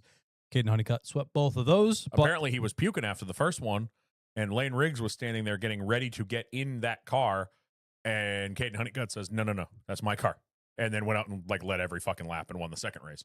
animal. We had the Faith Fest 250. That was a race. It was a race. We are not allowed. We are contractually obligated to say nothing about it. Yep. And the Window World 450. Great name. That's fine. I would have much rather again go back. I mean, I know. Does Holly Farms exist anymore? I would assume it does. Probably couldn't get them to pony up the money, but that would have been so cool to have a Holly Farms 450. Are they still around? I don't know. I don't live in the South. I mean, Window World sounds like a family-owned business. Also, the logo, phenomenal. The logo looked Very retro. old school. It looked awesome. Sure is. Is it? Okay. But I mean, again, I get it. It's probably not in their business model to be sponsored a NASCAR race, but God, Right. that would have been so cool. Oh, no, it is not. Oh, it's not? The name was bought out and stuff. It's not. They're dead. That's Okay. They go. All right. So never mind. It couldn't happen. Yeah. Yeah, great name, though. Simple, easy to say, rolls off the tongue. Shouts to, since we're talking about the races, shouts to Chase. You said he was running a triple header? Quadruple. Header. He ran both late model races, the truck race and the cup race. Yep. Shouts. 100%. 100%. On a weekend like that, apparently it was fucking miserable down there this weekend with the heat and humidity. Yeah, a lot of guys struggling at the end of the race. On the end of all the races. I mean, even Shane ran the truck race, and I mean, he's a pretty fit dude, and he got out of the truck. He looked fucking gassed when he got out of the truck. Well, he's 100, so. Yeah, I mean, in terms of the truck Relax. race, it was an absolute bloodbath. That race was very boring. Chandler Smith led the last 105 for the largest victory on a short track in Truck Series history. Yeah, what was 8.5 was it 8.5? I couldn't remember 8.479. Yeah, I His think record. Lane got into second with like a 4-second gap. Yeah. And I was like, oh, Lane's going to reel him in because Lane's been on one this year. And old Chandler Smith did stuff. Good for him. Lane Riggs opened Opened up front and led the first 25, first stage winner there. And then the last 99 went caution free. Yep. And Chandler Smith effectively just drove away. Good amount of interlopers in there. Hocevar was in there, led a bunch of laps. He led 70-something laps or whatever. He blew a tire, had to make a green flag stop. Never saw him again. I'm Yeah, shocked he they got didn't throw into it yellow with for that. somebody, and they cut his tire Yep. down, and he was just never to be seen He was a again. bit of a wrecking ball Yeah, he for was a little playing bit there. ping pong. And our boy SVG was in there and had a damn good day. I think he saved his he did tires all very right. well. The end of the race, he was mowing through the field. Yeah, he was in what, like 17th at that restart, like that, 15th, yeah. whatever it was, and just charged forward. We finished It's top, awesome. finished top 5, which is great for him because obviously this is what his third time in the truck. Yeah. Like he doesn't know these things. They drive way different from the O'Reilly's cars, and they're nothing like the Cup cars. So A far cry from when we saw him in the truck at IRP. that was bad. And that was not that long ago. That was what, a year and a half ago? Yeah. 2 years ago? and now he's on the podium at North Wilkesboro. Yep. Which Yep. is not that easy. Nope. That would have been Uh, like 3 years ago. I need to move my phone because Dan's foot is massively distracting. Like I try to look at my phone and all I see is foot. Oh, don't do that. But yeah, podium finish, unreal, Yeah, that was awesome. unreal. It's just a testament to how fast this guy's learning. Yeah. We thought he was going to pick things up quickly. I didn't think it was going to be this fast. So obviously jumping ahead a little bit, after the Cup race last night, I saw a tweet. I mean, that- we're there. So well, yeah, but I saw a tweet basically saying that his best 3 races non-road course this year have been on races where he has gotten good qualifying spots because of the metric. Charlotte was rained Right. out. Nashville was rained out. Here Which was is rained exactly out. what I said after the Coke 600. I mean, Yeah. it's just 100%. That's exactly what you So said. as soon it as goes to Trackhouse, show- as soon as Trackhouse stops giving him tractor trailers to drive in qualifying, Yeah. he's got it. He seems to be doing Right. well. He's just starting in 28th every week when he has to qualify in those shit boxes. Yeah, when he's driving an absolute dump truck. You if he qualifies, let's say they give him a car worth a damn, he qualifies 11th. Yeah. You know what I mean? Now we're talking stage points. SVG is just he's such an unknown that it's kind of hard to judge that. It's so easy to judge it off Ross Chastain. Oh yeah. Chastain Right, being Ross Chastain nowhere was to be dumb fucking fast this seen. weekend. Yeah, and he's nowhere to be Yeah. fucking seen all season long for the most part. Yep. There's flashes of brilliance here and there randomly, but Yep. they're qualifying like shit, they're racing like shit, they got no speed. But Shane, when you give him a good qualifying spot, and it's not like it's just been on one type of track. We're talking the Coke 600 qualify, got put in the top 10 because of the metric, stayed in the top 10 pretty much all night. Yeah. Nashville is a concrete mile D oval, stayed in the top 10 most of the night. And then North Wilkesboro, a short track that's, slow, kind of weird, uphill, downhill, 2 different corners, and he was literally top 5 all night. 100%. So like you get him in a good starting spot and he doesn't drop. And he passed Denny on fucking merit, on pure merit. speed. Well, On- Denny hadn't pitted yet. But still, he passed him on. SVG had like 15 to 20 lap newer But tires. then he held off. Yeah, but SVG didn't do anything bizarre to get there. No. You know what I mean? It's not like he stayed out on strategy or something like that put No. him there. No, Denny was the one who stayed out, but SVG was able to muscle around him. Yeah. Did it cleanly. Super like clean. multiple then- lanes. He definitely, I think it was the best he's looked, but it's a testament to this car. Is if your car is just quick enough to do it, and you're good enough to use the air at Charlotte and Nashville and stuff like that. But here, we talked about it with AJ and guys like that. The road course guys, they can break. Mm-hmm. In this track, the number one talking point Junior had all weekend coming into this race was it's hard to get into turn one, especially because you're downhill. You have to brake differently than It's you a tighter expect. corner. Turn 3 is really tight around the apron, and SVG didn't move off the bottom the entire race. He was married to the bottom. So Yeah. he found something that worked. He had a quick enough car. Obviously, I think Ross probably had the best car all weekend, and they fucked up an inspection and failed 3 times. He had to do a drive through. He ended He up was running the fastest lap, but Done. he could never overcome the track position. Nope. SVG never lost the track position. Yep.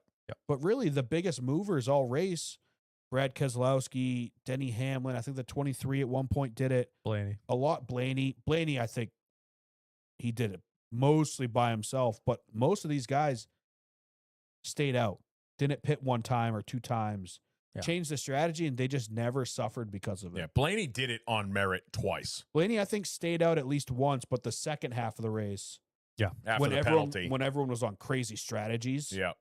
I think they did the old pit more kind of strategy, and it worked out for him. But obviously we saw Logano absolutely dominate the day, leading a career best 323 laps. I heard one of the shows today. I'm pretty sure in all the North Wilkesboro races we've had since they came back, since they brought it back, Logano's led like 70% of the laps. Yeah. Which is ridiculous. Well, he Despite- dominated what, the second the All-Star second race we did? All-Star Correct, race, he yeah. dominated. Yep. Despite the domination, obviously, what are your thoughts and feelings on the race itself? Good race, bad race, why? I think if you're just watching it, super fun to watch. There's cars everywhere. They're high, they're low. If you like ride on board with somebody for 10, 15 laps, no one's really moving. Like there wasn't a lot of passing. There was a lot of racing. Yeah. Mhm. But it wasn't until, like I said, the final stage, Blaney was the biggest outlier or biggest one to stand out. There were some crazy strategies going on in the final stage. And that's when you saw people get racy. Yep. Because I mean, Bowman, he ran the entire final stage without pitting. Really? It was like 200 laps. He didn't Jesus. pit all of stage 3. I didn't see that. So he's out there at the end of the race getting lapped every like 6 laps, it felt like, because he's just on old ass tires. And like a lot of guys are doing crazy strategies. So I think that's when the racing was the best. Like we saw Logano fighting with the 35 to try to put him a lap down, and it's allowing 11 to catch up. And then all of a sudden they'll just catch a pack of 5 cars that just can't pass each other. And then Logano's got to try to sift through them and stuff like that. So it was really cool to watch. I could imagine being a driver, it's frustrating as hell. Right. But I think visually it looked great. I have no problem with 6 cars finishing on the lead lap. Nope. I think that's awesome. I agree there. I as well. think it was great. I enjoyed it. I don't see a difference between this and single lane at Martinsville where nobody can pass because you can't, if you move off the bottom, you go backwards. This is just way more fun to watch. Yeah. Watching them fan out into the corners. You had guys running against the fucking, what was it at the start of the race? Was Ty Dillon was like homesteading the place. Yeah. They were running to the top. You could run the middle.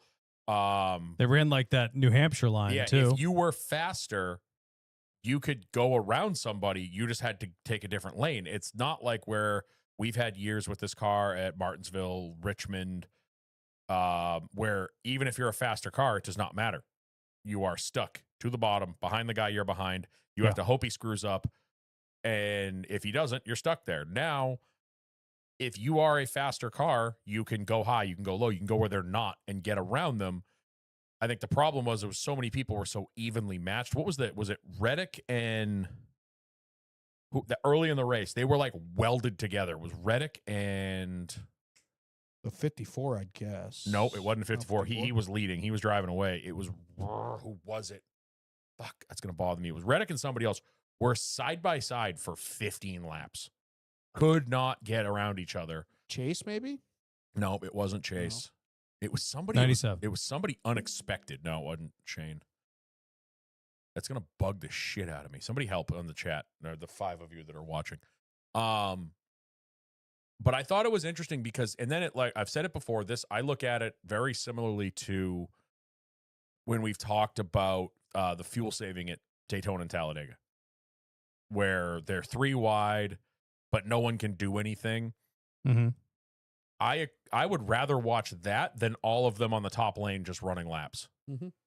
I would much rather watch, even though they were having trouble passing last night, they're side by side. We saw it multiple times, cars bouncing off each other. It opens up the realm of possibility for something to happen.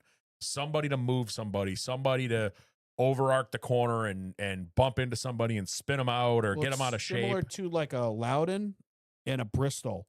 When they PJ won those just right, and you can hook the bottom, but the real speed is up high. Yeah. And it's kind of just evenly matched. Bottom will shoot the middle. Yep. And the high side will get the run off, and you can't really. And that's what it looked like last night. And that was very much this track. We had 3 incidents. The 42, 38 just got loose underneath him. Yep. Washed him out. I don't think anyone shed a tear about that one. I didn't. The second one, or the 20 into the 21. The 20 and the 21. That was, I think, the 5 filled late and the 20 reacted, or 20 just got 20 loose. got in loose. the turn.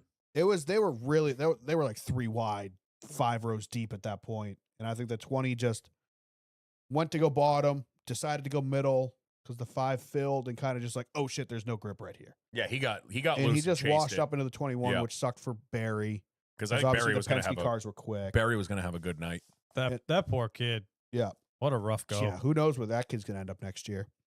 Him and Noah are going to restart SHR.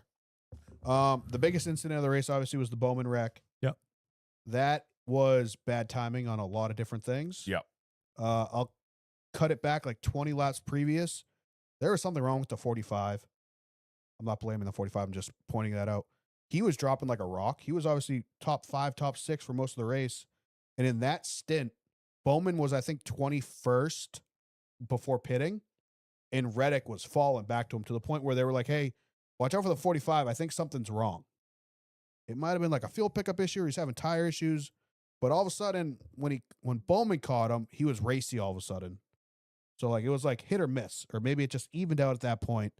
And I think what happened was Blake called Bowman. Bowman was running the top, so was mostly 9% of the field. And Blake called him in the middle of 1 and 2 pit this time. And Kevin Hamlin took half a lap off. There wasn't a single call from spotter to driver through until Bowman was spinning out. Ugh. So like normally it's like you don't call clear the entire lap. Normally you speak up when something's happening. Yes. If you're clear, you're not So going to. I think what they thought was going to happen was Bowman was going to clear the 45 off the corner. So no need to mention the 45. And then Bowman cuts down to the apron to pit like everybody else was doing. The 7, I think, did it right in front of him. And I don't know if the 45 gassed it up a little earlier because of the 4 exiting pit road, but it was a whole mess right there that it should have been called off. He should not have tried to pit. Bowman took ownership of it. He said, I thought I had a hole. But I think with the 4 exiting, the 45 maybe just did something differently than he expected. Yeah.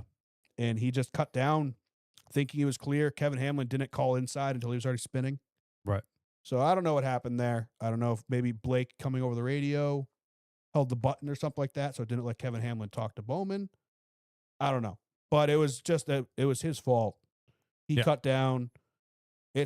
Everyone's like, you can't just pit from the top. Like that's the racing line. Literally everybody was That's doing what it all every night. single car is going to do there. That's where you're racing. Right. The only time you're on the bottom is if you're actively getting passed.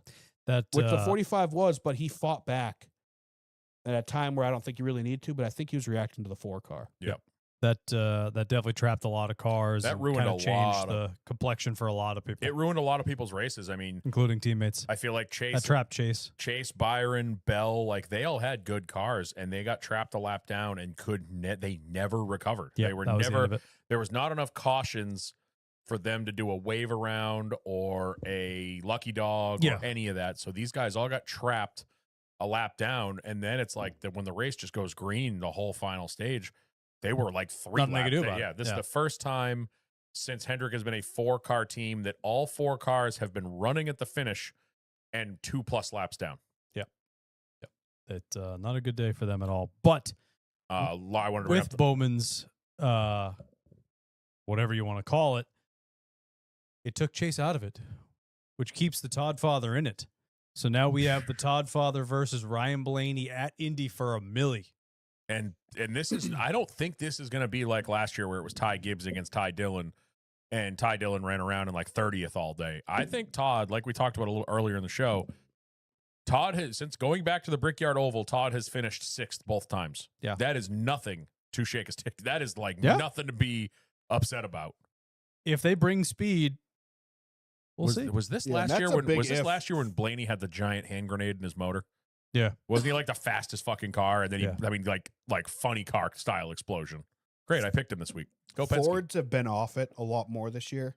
Obviously, we've had 2 good weeks in a row for them. Yeah. But we had a super speedway where Penske's always good and a super short track.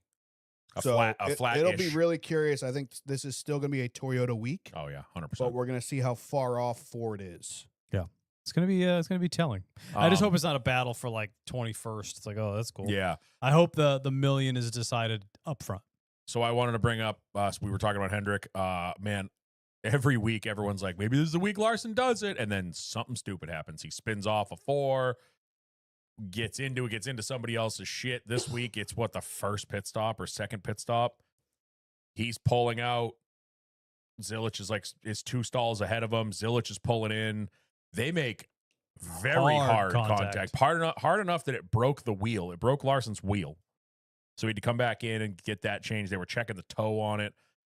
Like I said earlier in the show, That was just perfect timing. I think it was really bad timing, but honestly, I was listening to this, a couple different shows said this. I mean, it really depends on the timing of where Zilich was. If Zilich is like at his rear bumper, that's on Larson's crew. Don't let him go. Let him go by and then go. If Zilich is still like a stall or 2 back, obviously you're coming in later because you're at the back. This car is in the front.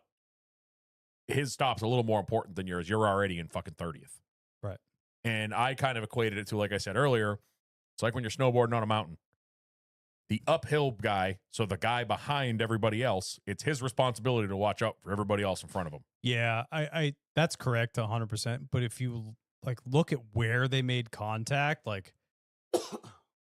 Larson wasn't even out of his box basically when they made that contact. Like he's barely out. I'd have to go back and look at it, but I would is there. I'm putting it more on the 88, not even Zilich, but like the team in general, spotter, crew chief, whatever. I mean, it's a bit on Zilich too, just because That's what I said. Or yeah. like there's an empty box between. So he was cutting in really early to get into his box.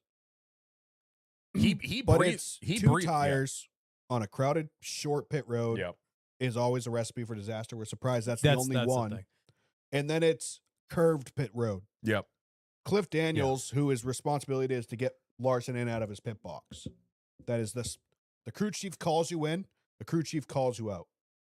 Typically, I don't know if that's exactly Not everybody, how they do but it, yeah, typically. because Cliff Daniels is usually on the ground.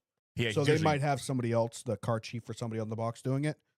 But they can't see around the corner to see the 88 coming. But you're taking 2 tires. It's such a risky move with how busy pit road is. Yeah. Yeah, I we're splitting hairs to try to pin it on somebody. Yeah, I know. They what you mean. were Larson was an inch out of his box when they made hard contact. Zilich is coming in hot. Larson's trying to get out hot, like Norm said. Yeah. Crowded, tight, curved pit road. Who are you going to pin it on? Yeah. I'm No, just I going get to pin it on fucking CC's luck this year. Honestly, yeah. He'll take anyone So, with him too. It is what it is. So yeah, Larson never really recovered from that. He got a speeding yeah. penalty later. Like it was just a mess. So I mean, I think overall, despite the absolute domination by Joey Logano, it was a good time. I enjoyed watching it so- last night. What I wanted to kind of wrap this, put a bow on this, is a question to 2 of you guys. What do you think moving forward? Should it retain a points race? Should it move? Should it be more of an all-star thing, a clash thing? What do you think? I'm perfectly fine with it having a points race. I don't think it needed to be 450. 400, I mean, is fine. I mean, the 450 didn't bother me. It was I think they said it was like the 4th fastest race of the year. Yeah. It was over in like 2 hours and 50 2 and minutes. change, yeah. Something like that. wasn't like we were sitting there all night. That's a testament to how many green flag Yeah, laps we had, though. I just do feel like, I mean, it if we cut 50 laps off, nothing would have changed. No, it should have been a 400, and the 450 kind of bothers me in my brain. I agree I don't with like you that at all. Yep, I agree with you there. But I 100% think points race, they packed that fucking place out. Yeah. The vibe looked incredible. I mean, that piece they had on the pre-race show, the video about North Wilkes-Barre, That was so good. I was sitting That was there like, forever ago. huh? That was so long ago. Was it 2019? Oh, the iRacing thing? Yeah. Well, I liked how they went through the whole history. Also, shouts to whoever put that video together for not lumping Loudon in, yeah. because they really pinned it on Texas in that video, which it was actually Texas. It was and the Loudon. one guy that The had one like guy the that had the I don't care about Texas and New Yeah. Hampshire or something. forget Texas yeah. and New Hampshire, whatever it said. Yeah. But for a long time, and my dad texted me last night, and he goes, I always forget about that. And he goes, no wonder everybody in the South hated Loudon for the longest time, because we I'm took pretty North sure Wilkes-Barre. Loudon was the one that took the final date. I think Texas took the The first first date. date, because North Wilkes-Barre had 2 races. Yeah. I think Texas took the first one, and then the nail in the coffin was when SMI bought Loudon, and they wanted. Well, we had 2 races there before. Oh no, sorry, SMI didn't buy. It was Bear. Bob Bear bought North Wilkes-Barre specifically for the date to put it at Loudon. Right.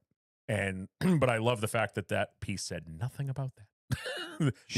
the only thing was that guy wearing the sign. But I loved that whole piece, how it talked about the history of the track, showed the racing, all the scenes from the final race there, and then up to them doing the weed whacking and for iRacing. I remember the night that came out, we were all on with Pro. Did you know it's not weed whacking anymore? Weed eating? It's weed eating. That's weed whacking. Pisses me off. You don't eat it. Yeah, I don't eat it. You whack it. Yeah, You whack it off. what did he say? And then you whack it off. What did he say? Like I remember the night North Wilkes-Barre came out on iRacing, we were all on Pro, I think, and we all got off the league race, and bought North Wilkes-Barre and started fucking with it, because that was when they had iRacing had it set up where it looked like they set it all up to look exactly like it was in '87. Yeah. Now it's been rescanned. It looks like it. You can race both versions. You can race the '87 version, and you can race current North Wilkes-Barre. Cool. But I thought that was just so cool. All the video they had from that day, them scanning the track, then all the construction videos of them. And my dad didn't realize they left the Winston sign, the wall. He goes, he's like he texted me like right after there was like a drone shot. Yeah. And he's like, I didn't know they left that. And I was like, yeah, they decided to leave it. Like they like clear coated over it. They touched up the white. and they put some sort of protectant over it, I think, to keep it sealant or from something. deteriorating more. I love all the old, like up on the press box, it says NASCAR Cup Series and the Winston font. Like that's Yeah. like They that did a place, really it's a good living job. museum. And I think Mamba said it best. It's like going to a Fenway or a Wrigley or a I like that comparison, Lambeau Field or these sporting or Madison Square Garden, like these sporting venues that you could be there in 2026 or you could be there in 1976, and it's pretty much the same. As it should be. Few differences here or there, but it's largely unchanged. Yeah, toilet's flush now. That's about it. Wrigley still has troughs, by the way. Yeah. I got so excited. I was like, yes, Fenway, you fucked up. Cool. Yeah, I mean that's pretty much all I got for the race weekend. You want to answer some questions? Sure. You want to go with the Instagram first? Sure. We could Just do- not that DM. Oh yeah, yeah. It's not a question. I'm not drunk enough yet. I'm too drunk to taste this chicken. Brent, yeah, this is pretty much the normal time of year when the Fords start to perform. It does feel It's usually like that. right Sure. around the start of the playoffs, now affectionately known as the Choss. I know now we have Start off with a banger. So good. bald-headed even year Joey has decided to wake up. Conquistador Joey. I love the pirate fucking Photoshop. You like that? I was like, holy shit. Tell me I'm wrong though.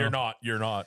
Honestly, here for it because it would shut up everybody, literally us included, that are like Joey only won because of the stupid playoffs. It really would. It really would shut all of True. us So up. I'm yeah. kind of here for Joey kicking everyone's ass in the chase. He's got a long way to go. Conquering Central America Joey might be good in the playoffs. We'll find out. Listen, he's just looking for gold The chase. Yeah. and the Fountain of Youth. El Dorado. We're gonna start off with a banger. Chad Frumpa Oh, Frumpa. or Chad from PA. Unsure. Jury's still out. Thanks for showing up, Dan. You're welcome. I'm here this week. Golf Country TDI, not first for once, is now second and third. 2 bangers back to back. We're so back. Yeah, he just likes it because Ford did good. Correct. About damn time the Fords come alive. There it is. It's an even year. Here comes Joey. Not wrong. It's not. Honestly, though, at this point, if Joey were to go on a Tony Stewart-esque run, I'm here for it because I want to see somebody do that. Okay. I don't want to. I mean, I'm fine. Like if a Blaney or Reddick or somebody in the top 3, not Denny, wins the championship, that's cool. But I think it'd be way more fun if they brought the chase back and somebody came from like, oh, there's a puppy in the window. The puppy in the window. And somebody came from like fucking 13th and just Yeah. went on a heater and won the championship. Well, it'd also just be funny because Toyota has just kicked everyone's ass Yes. this Yeah. year. Oh, if a non-Toyota wins Yeah. the championship, I'll be so happy because that'd be hilarious. Hold on. You looked like you were struggling to read that one. Now you're just texting the wife. No, I was laughing at the next couple. They were really good. And I was confused by one of the things in this because we have a fuck, marry, kill Yo. from Nathan Danforth. Toaster strudels, Eggos, or pancakes / sausages on a stick.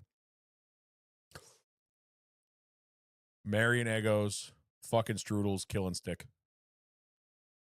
I'm gonna marry the pancake corn dogs. Those are amazing. I've never had them. They're so good because they taste like maple syrup. Yeah, they put Like it's the like a pancakes McGriddle. are like it's soaked like a in them. yeah, it's like McGriddle. And then it's a pancake wrapped around a sausage link. So it's a corn dog but breakfast. and you get to eat it the long way. Yeah, and you eat the long way for the texture, not the taste. So I'm gonna marry that. I'm gonna fuck an Eggo, and I'm gonna kill a strudel. It's a good answer. I mean, I feel like I've been cheated by these pancakes. So is it a sausage wrapped in a pancake, Yeah. one combo? Yeah. It's take It's a a corn dog. take a corn dog with a pancake wrapped around the dog, Uh, but it's a sausage instead of a corn dog. pancakes and sausages on a stick. Kyle's asking Siri. It's like breakfast corn dog or something. And then like that. Dan just talks over it, so it just adds that into it.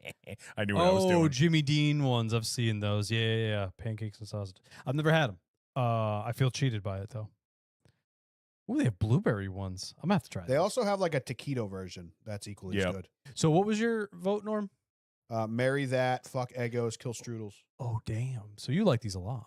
Okay. Yeah. All right. How's the texture on the sausage? Veiny. It What? tastes like a Jesus. microwave breakfast sausage, Okay. but the like outside's the not brown like and neat ones? yeah, but the outside's not like a crunchy corn dog. It's soft, like a pancake. Okay. Well, unfortunately, I have to kill those off because I've never had them, so it's kind of a little bit unfair. But God, I love them both. You know what I had for breakfast one morning in Chicago? I'm gonna kill off the strudels. No, I'm sorry. I'm You're gonna gonna fuck fuck- the yeah. strudels, and then I'm gonna marry the Eggos. Eggos is tried and true, baby. Yeah. How do you prepare your Eggos though? I haven't had them in so long. I I don't don't know. I remember. stick them in the toaster for like a minute. Yeah. So Microwave, toaster, either one. I go to BJ's and I buy the 36 rack Yeah. of blueberry Eggos because I'm a blueberry Eggo guy. Take them out of the freezer, freshly frozen. You butter them, give them a little buttering, and then you toast them. Well, you got the toaster oven too, so that's nice. Yeah, I'm putting them in Yeah. the. He's putting them on a flip flop toast, like a pum toaster. What kind of toaster? I don't know what was going on. I've never there, had one of the push down toasters. but- really. No, That's I've all always I've had a ever- toaster See, oven. We Never never had- had toaster I've oven. never had a Money, toaster dude. oven. That's rich people had those. I've just never had a toaster oven. I've always had toast. Yeah. So we go to a breakfast place in Chicago. Yeah. I had cinnamon roll pancakes.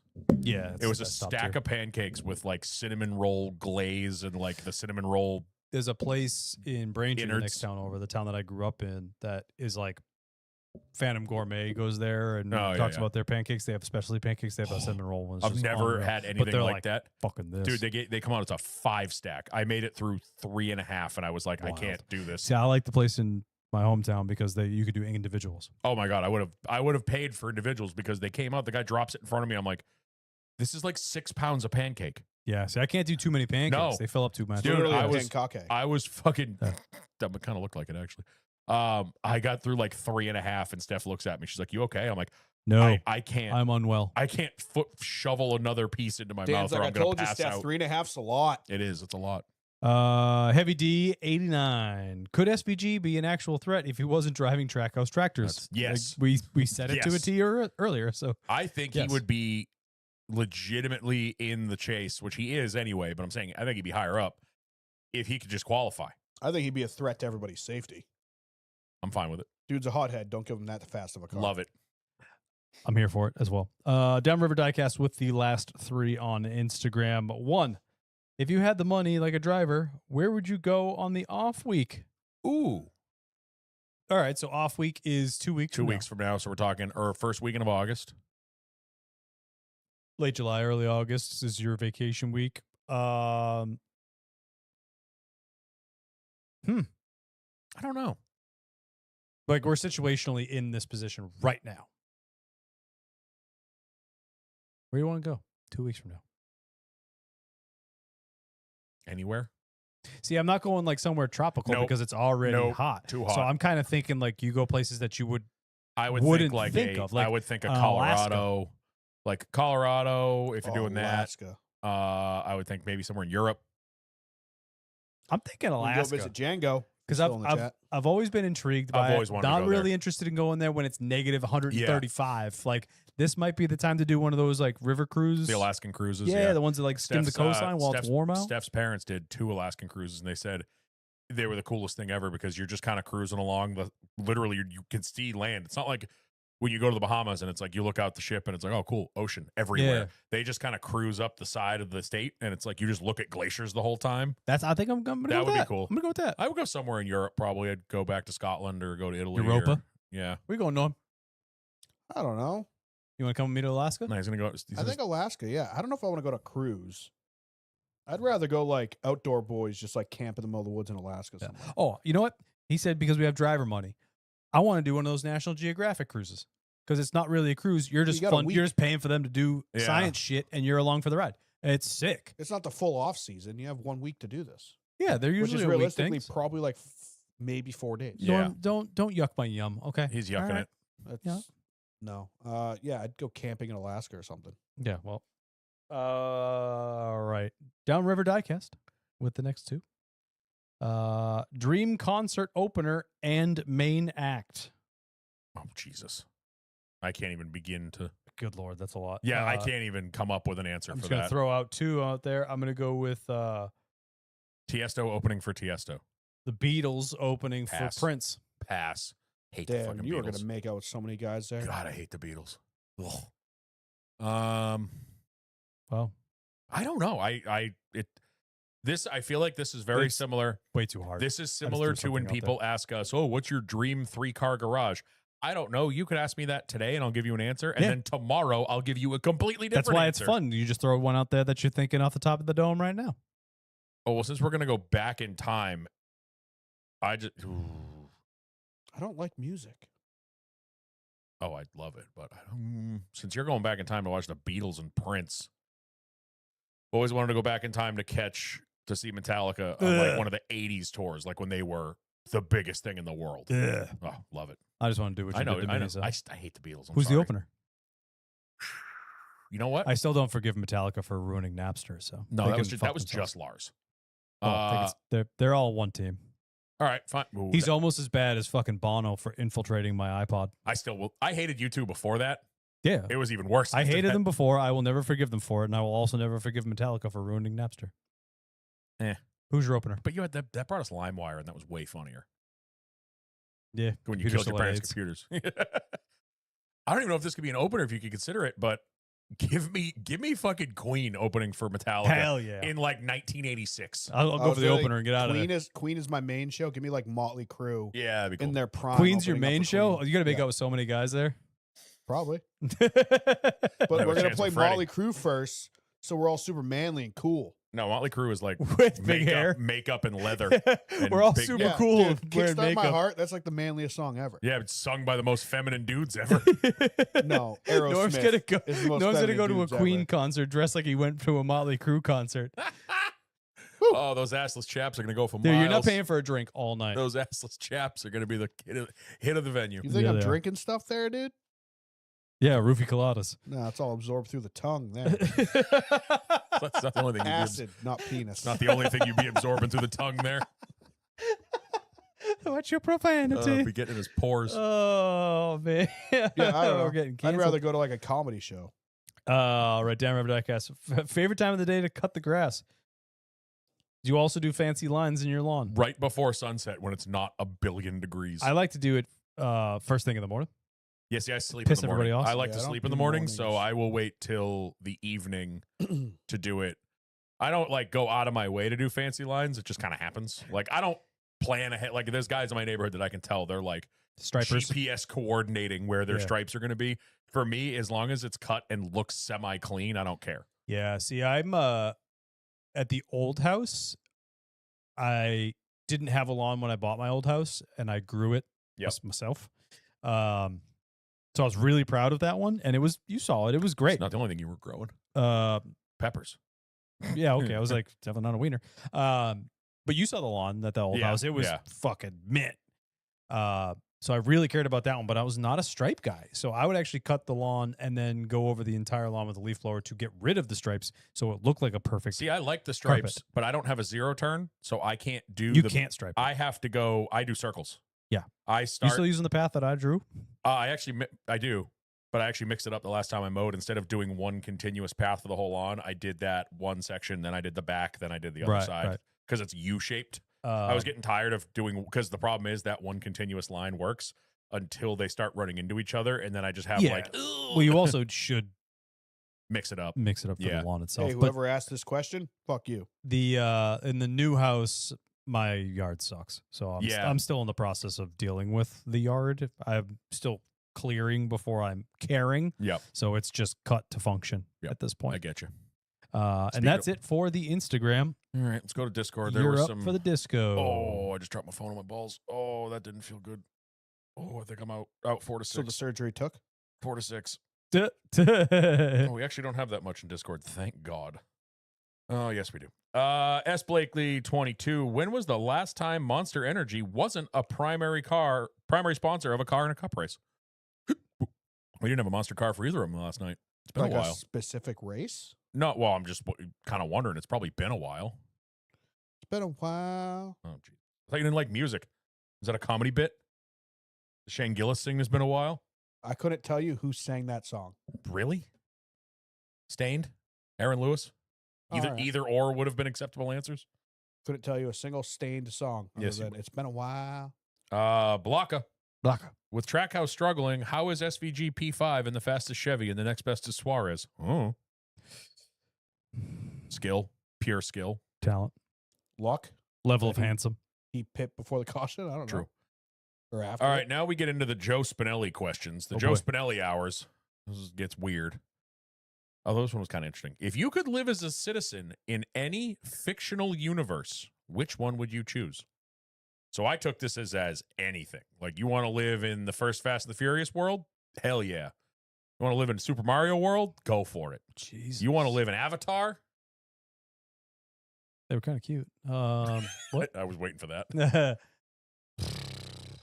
This should be a Norm question because he's going to come up with some crazy movie. I already know what I'm going with. No, I'm gonna say Harry Potter, and then I'm gonna wake up a fucking Muggle. It's gonna be useless. So a Do I get universe to where choose my character? everybody's having fun. No, I don't think you have to choose your character.